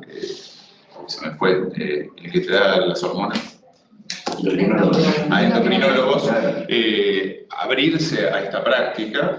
Yo me imagino que hay algo de una sensibilidad por la formación en salud comunitaria y una sensibilidad personal de poder ejercer cierta postura particular, como decir, bueno, sino porque hay uno que tiene 70 y lo hace y otro que tiene 28 y no. Así que hasta ahí podría decir. Y además los topes del diagnóstico, por otro lado, ¿no? En términos de la cuestión de los manuales de diagnóstico, ¿no? Por un lado, aparece la cuestión de poder diagnosticar, y uno podría decir, bueno, no, pero en realidad, ¿en qué categoría puedo meter determinadas minorías? Pero por otro lado, la necesidad del diagnóstico en el tema del cumplimiento de los derechos, digo, porque también, o sea, un médico necesita de diagnóstico del 6-10 o del 6-11 para poder hacer, ¿no?, una operación o para poder, digo, hay todo, también hay un tema de en cuáles de estos lugares, ¿no?, esta clasificación de la clasificación, que decimos, bueno, no la clasificación, pero por otro lado, la necesidad de seguir manteniendo, ¿no?, algunos criterios en términos, yo leí a Mario Cabral, ¿no?, que plantea esto, bueno, que él está estudiando justamente en cuál de estos lugares poder categorizar determinadas identidades para que no quede una cuestión patologizada, pero por otro lado para que haya cumplimiento de derechos en términos Exactamente. médicos. Eso que decís me parece fundamental y creo que una pata con la que podemos colaborar con meternos a estudiar también la psicóloga y psiquiatría crítica. ¿En qué sentido? En que hay una relación...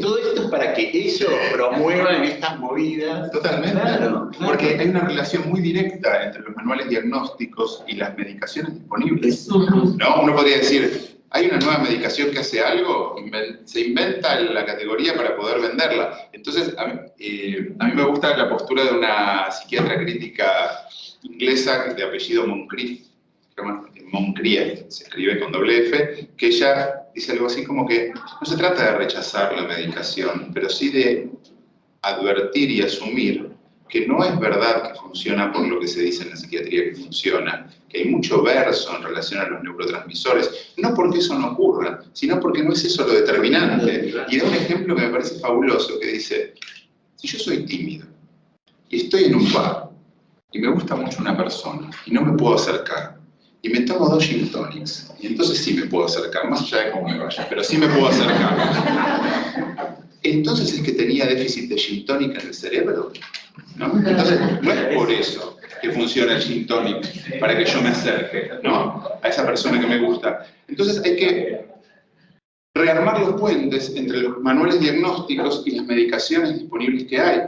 ¿Por qué muchas de las medicaciones disponibles no vienen ranuradas como hace falta para hacer el decrecimiento progresivo cuando hay que sacarla? Bueno, no hace falta que conteste esa pregunta. Bueno, primero apareció la ritalina y después apareció el diagnóstico de déficit atencional. Le digo a la persona que quiere hacer una pregunta, que está conectada, quiere hacer una pregunta en vivo, yo no tengo idea cómo debería hacerla. Que la escriba y que la escriba. Preguntaban entonces, también el nombre del psicoanalista uruguayo Rafael Civils, con B larga. Si a alguien le queda una duda de bibliografía o tiene, a mí me gusta que circulen bibliografías no usuales, puede escribirme un mail a pablotachman@gmail.com, ¿sí? Con J. ¿Seguimos acá? No, pero no hay espera que voy a buscar el mercado. Ah, bueno, no, bien. que preguntan, Pablo. Y les mando bibliografía o intercambiamos, me mandan a mí también. ¿Cuántas preguntas acá? Sí, estoy en eso. Perfecto. Alguien que hable un poco más del término heterosis. No lo conozco. Entonces no lo nombraste vos. Espero que no. Capaz sea cis, heterosis. Heterosis. Claro, hablaste de heterosis. Hetero se refiere a la orientación sexual heterosexual y cis se refiere a la identidad cisgénero, que es la coincidencia de genitales y supuesta identidad de género. Es decir, ven un bebé que nació con un pito, dicen es varón. Si ese bebé cuando crezca siente que es varón y no se siente viviendo una mentira así, se dirá que tiene una identidad cis. Y si siente que está viviendo una mentira y necesita transicionar, por ejemplo, a la identidad mujer, sea que tenga la necesidad de operarse o no, se opera la minoría de las mujeres trans, será una persona con identidad trans. Podrá también ser hetero. Les escribo un mail para intercambios bibliográficos. Todo con minúscula, ¿eh? ¿No? Sí, con minúscula. Igual es lo mismo. Escribe al libro todo con minúscula.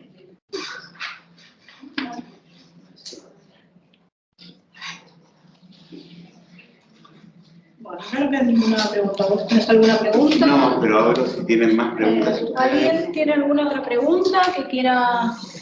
Ahí, Sol. Yo quería consultarte si el método que mencionaste de primero reconocer las decisiones propias tiene un nombre o dónde se lo puede encontrar. Sí.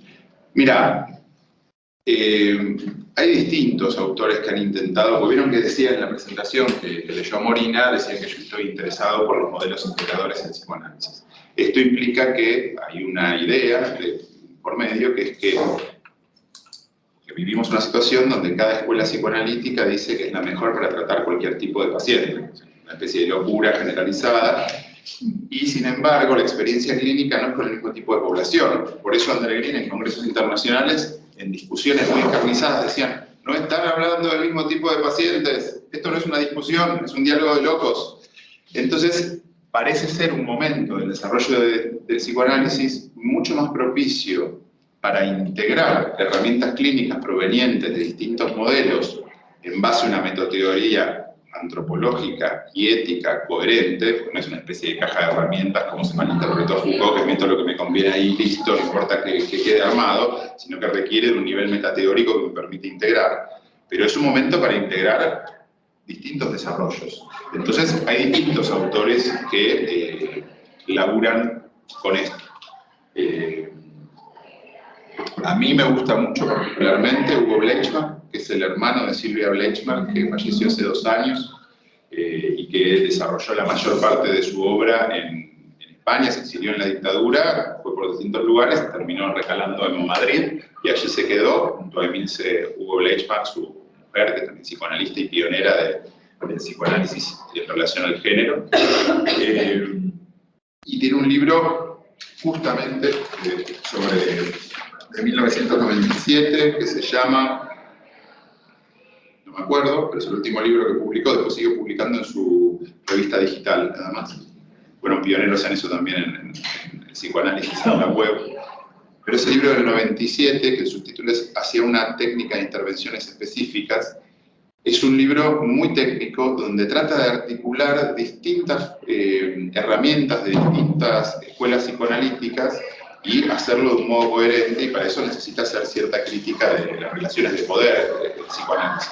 Así que ese podría ser una fuente donde él labura bastante con el registro de sí, y después hay toda una escuela estadounidense, vincularista, de la que más conocemos acá es Jessica Benjamin, por ahí la conocen, también tiene mucho trabajo en psicoanálisis y en género, que es toda una escuela que labura mucho con el registro de lo que nos ocurre emocionalmente, que nos atendemos, y la necesidad de poder procesar mínimamente eso antes de intervenir, porque si no lo hacemos terminamos interviniendo en un como sí, en algo que parece ser psicoanalítico, pero que en realidad es un modo de expulsar las propias emociones antes de poder pensarlas.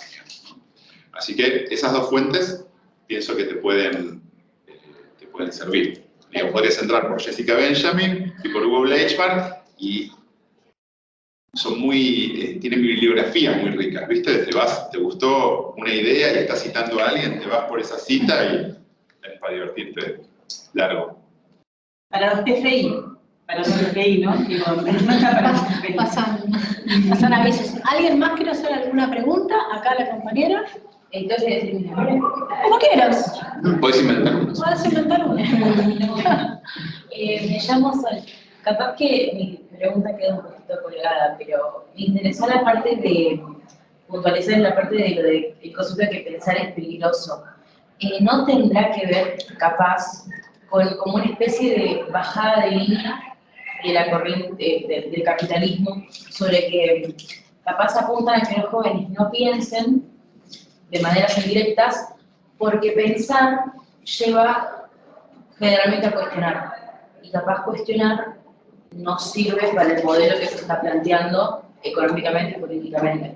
Claro, si cuestionás no aceptás tapar tu explotación laboral con psicofármacos. Lo que pasa es que nos interesa, en tanto profesionales de la salud y psicólogos, ver cuáles son los modos de subjetivación, porque, digamos, un montón de corrientes políticas han tenido esa intención. ¿Por qué esta ha sido tan exitosa? ¿Cómo se logra que eso se convierta en mecanismos de subjetivación? Que en ese artículo de Sebastián Plut, él lo hace un poco rápido, pero si lo lees con detención, encontrás cómo teoriza que la forma clásica de conceptualizar el aparato psíquico en instancias que entran en conflicto entre sí queda neoliberalmente intervenida de tal modo que cosas que tenían que ser asumidas de tal modo para que entren en conflicto entre sí ya no entran en conflicto. Por eso hay personas que te dicen, soy un idiota.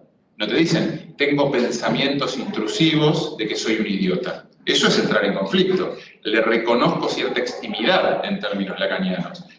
Sucede en mí, pero esto no soy yo. Yo no pienso que soy un idiota. ¿Por qué pienso que soy algo en mí piensa que soy un idiota? Eso es ahora a producir clínicamente, ¿no? Alguien te dice, soy un idiota, no sirvo para nada, qué sé yo. ¿Quién dice eso? Y yo. ¿Por qué? Y porque lo pienso, yo lo pienso así. ¿Pero por qué crees que todo lo que se piensa en vos es tuyo? ¿No? Bueno, ese tipo de diálogo clínico, que lo estoy caricaturizando un poco, es un trabajo que no tenía que hacer Freud, o no tanto. Y no había habido neoliberalismo. Exacto. ¿Respondí a la pregunta? Bien, ¿alguna pregunta más? Yo supongo que quizás muchos de los alumnos también presentes y los que están detrás, sí, yo los veo por la camita de acá, que explicase vos, sí, lo que quiere decir no binario. No binario Porque significa... digo, son conceptos que... Buenísimo. No me gusta que quede algo como muy incógnito, que no tiene por qué serlo. No binario es la denominación que se dan, la denominación de identidad de género, que se dan personas que transicionan del género asignado, pero que no sienten que transicionar al género contrario del modelo binario y positivo les vaya a dar una identidad que sientan auténtica. Entonces, arman su identidad con características que desde una mirada binaria como es la mía, se ven como pertenecientes a ambos géneros, pero que para ellos no constituye un cocoliche, sino que es aquello que les hace sentir están habitando auténticamente su identidad de género, pero como no puede ser descrito en términos positivos como hombre o mujer, se nombra por la negativa, no binaria. Merecería quizás un nombre por la positiva, ¿no? Creo que estas denominaciones están en movimiento. Sería bastante afortunado que no quedemos ahí. Digo, hay trabajos de antropología que muestran que en tal sociedad no moderna había una clasificación de 5 géneros. Bueno, estaban más desarrollados que nosotros en poder encontrarle nombres apropiados a distintos modos de expresión de lo que llamamos identidad de género. Tenemos una cosa medio precaria, digamos. Suena muy sofisticado, pero en realidad es bastante precario. Es como cuando, pero pasa, perdón, pasa a muchos niveles. Una persona que está en pareja y que tiene hijos, y que se separa de su pareja como pareja, pero no como familia, más allá de si siguen conviviendo o no, ¿cómo se llama ese vínculo? Sí, pero decir, sos mi familia, eso se lo puede decir un montón de personas. Esa persona con esa otra persona que ya no son pareja, pero siguen siendo familia, ¿cómo se llama? Le falta un nombre ahí. Hay muchas personas que están viviendo así, que no piensan que separarse significa odiarse. Afortunadamente. Algo de amor. Sí, pero pues, si le digo, sos mi amor, la gente digo, asume que tenemos sexo. No, digo, en esa escena de separarse y no separarse, dentro de todo lo que veníamos hablando, de las violencias, aparece algo de amor. Aparece algo de amor, sí, terminemos con algo de amor, ¿no? Y también con el gin tonic. Claro. El grupo de los viernes a la noche trajeron. ¿Alguna pregunta más, chicos? ¿Chiques? Bueno, cierro primero yo, ¿vale? Allá estamos también, hemos cumplido con la gente online. Con la gente online, no creo que no quede ninguna pregunta, quedan un montón de agradecimientos. Está lleno de agradecimientos, de verdad. Les agradezco mucho por su atención. Está saludando a Claudia, a Mastro Pablo también. Gracias, Claudia. Hay gente que estaba haciendo la referente corazoncitos. Gracias, Lisa, conozco a algunas personas. Es raro, hay que tener que saludar acá. Ah, sí. La cámara es medio cámara Gesell. Yo quiero una devolución después.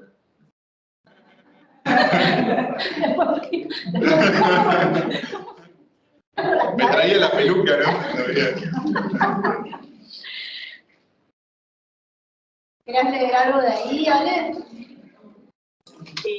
Me gustaría decir algo así, digo, la verdad que hiciste una charla que a mí me encantó, me pareció súper, anduviste por todos lados y muy relacionada con lo que nosotros damos en la materia, acá los profesores, con intencionalidad y, ¿no? de llevarlo por ese lado, de pensarnos como agentes, ¿no? No vamos a llamar de salud, pero sí de intervenir, ¿no? En el ámbito, que no es muy común en nuestra práctica, ¿no? Y esto que todo lo que dijiste... Pero un tema, como agente suena policial también. Claro, digo, ¿no?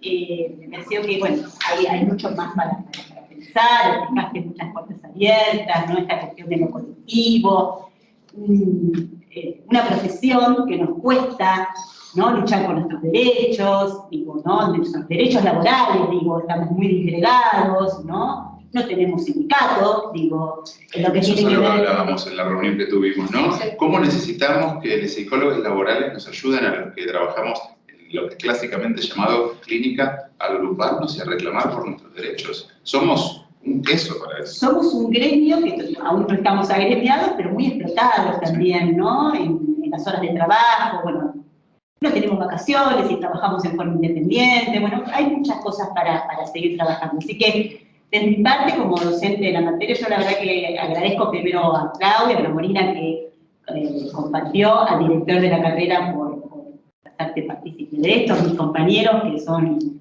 la verdad para mí, un placer, un gusto y chapó. Bueno, yo les agradezco a todos ustedes, me hicieron sentir muy cómodo, es la primera vez que doy una charla en la Kennedy o que participo de alguna actividad, así que me voy muy contento. Bueno, seguiremos invitándote.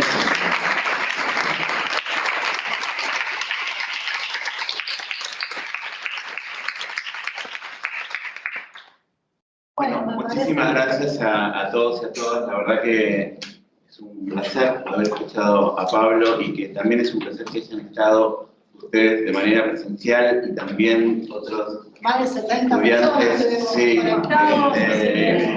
de manera virtual. La verdad que es un orgullo también desde la dirección de la carrera poder hacer estas propuestas y que sean también tomadas y también llevadas adelante por ustedes también, ¿no? Estamos en esta línea de poder intercambiar estos saberes y de poder proyectarnos todos juntos, porque además del compromiso académico y de la excelencia académica que estimo tiene que tener esta carrera, también hay que prepararse lo mejor posible para una muy buena inserción laboral. Entonces, cuanto más tengamos estos elementos y cuanto mejor formados estemos, una mejor inserción laboral van a tener todas y todos. Así que les agradezco un montón. Yo cierro con algo muy chiquitito, que es agradecerle a Alejandro el espacio que nos hizo, lo que luchó porque se lleve adelante esta jornada, a todo el equipo, en nombre de Claudia y en nombre de la materia quiero agradecerle a los alumnos que también nos acompañaron en esto, pero no dejar de hacer, no dejar afuera el trabajo que se hizo para que se dé este trabajo, esta jornada. La idea de seguir pensando, de relanzar preguntas, de poder escuchar. Las jornadas en general tienen que ver con lo que escuchamos de las clases, cada uno de nosotros. Tratamos de pensar la materia para que ustedes se puedan llevar algo más y no la estigmatización de que el psicólogo laboral solo hace la búsqueda y selección. Creo que Pablo hizo un recorrido sumamente interesante por lo que es nuestro trabajo. Y me parece que eso a mí en lo personal me deja más que satisfecha, me deja un montón de preguntas también, pero que me parece que se lanzan nuevamente para armar la cuarta jornada, las charlas y los espacios de debate que me parece que son sumamente necesarios en tiempos donde las palabras se están desinstalando. Sí, así que gracias a todos, gracias Ale por estar acá. A todo el equipo de ustedes que trabajamos muy fuerte de verdad, pero que tienen el empuje. Las ideas no se pueden llevar adelante si no tenés compañeros y compañeras que te ayuden. Se nota que hay el grupo. Hay el grupo. Laboral es un equipo. Laboral es un equipo y tratamos todo el tiempo de transmitir eso y de invitarlos. Porque, como dice Claudia siempre, hoy están de aquel lado, esperemos que pronto estén de este, que nos acompañan en esto que hacemos muy apasionadamente, que nos desafía todo el tiempo a repensar la materia, a repensarnos a nosotros. Así que gracias a todos.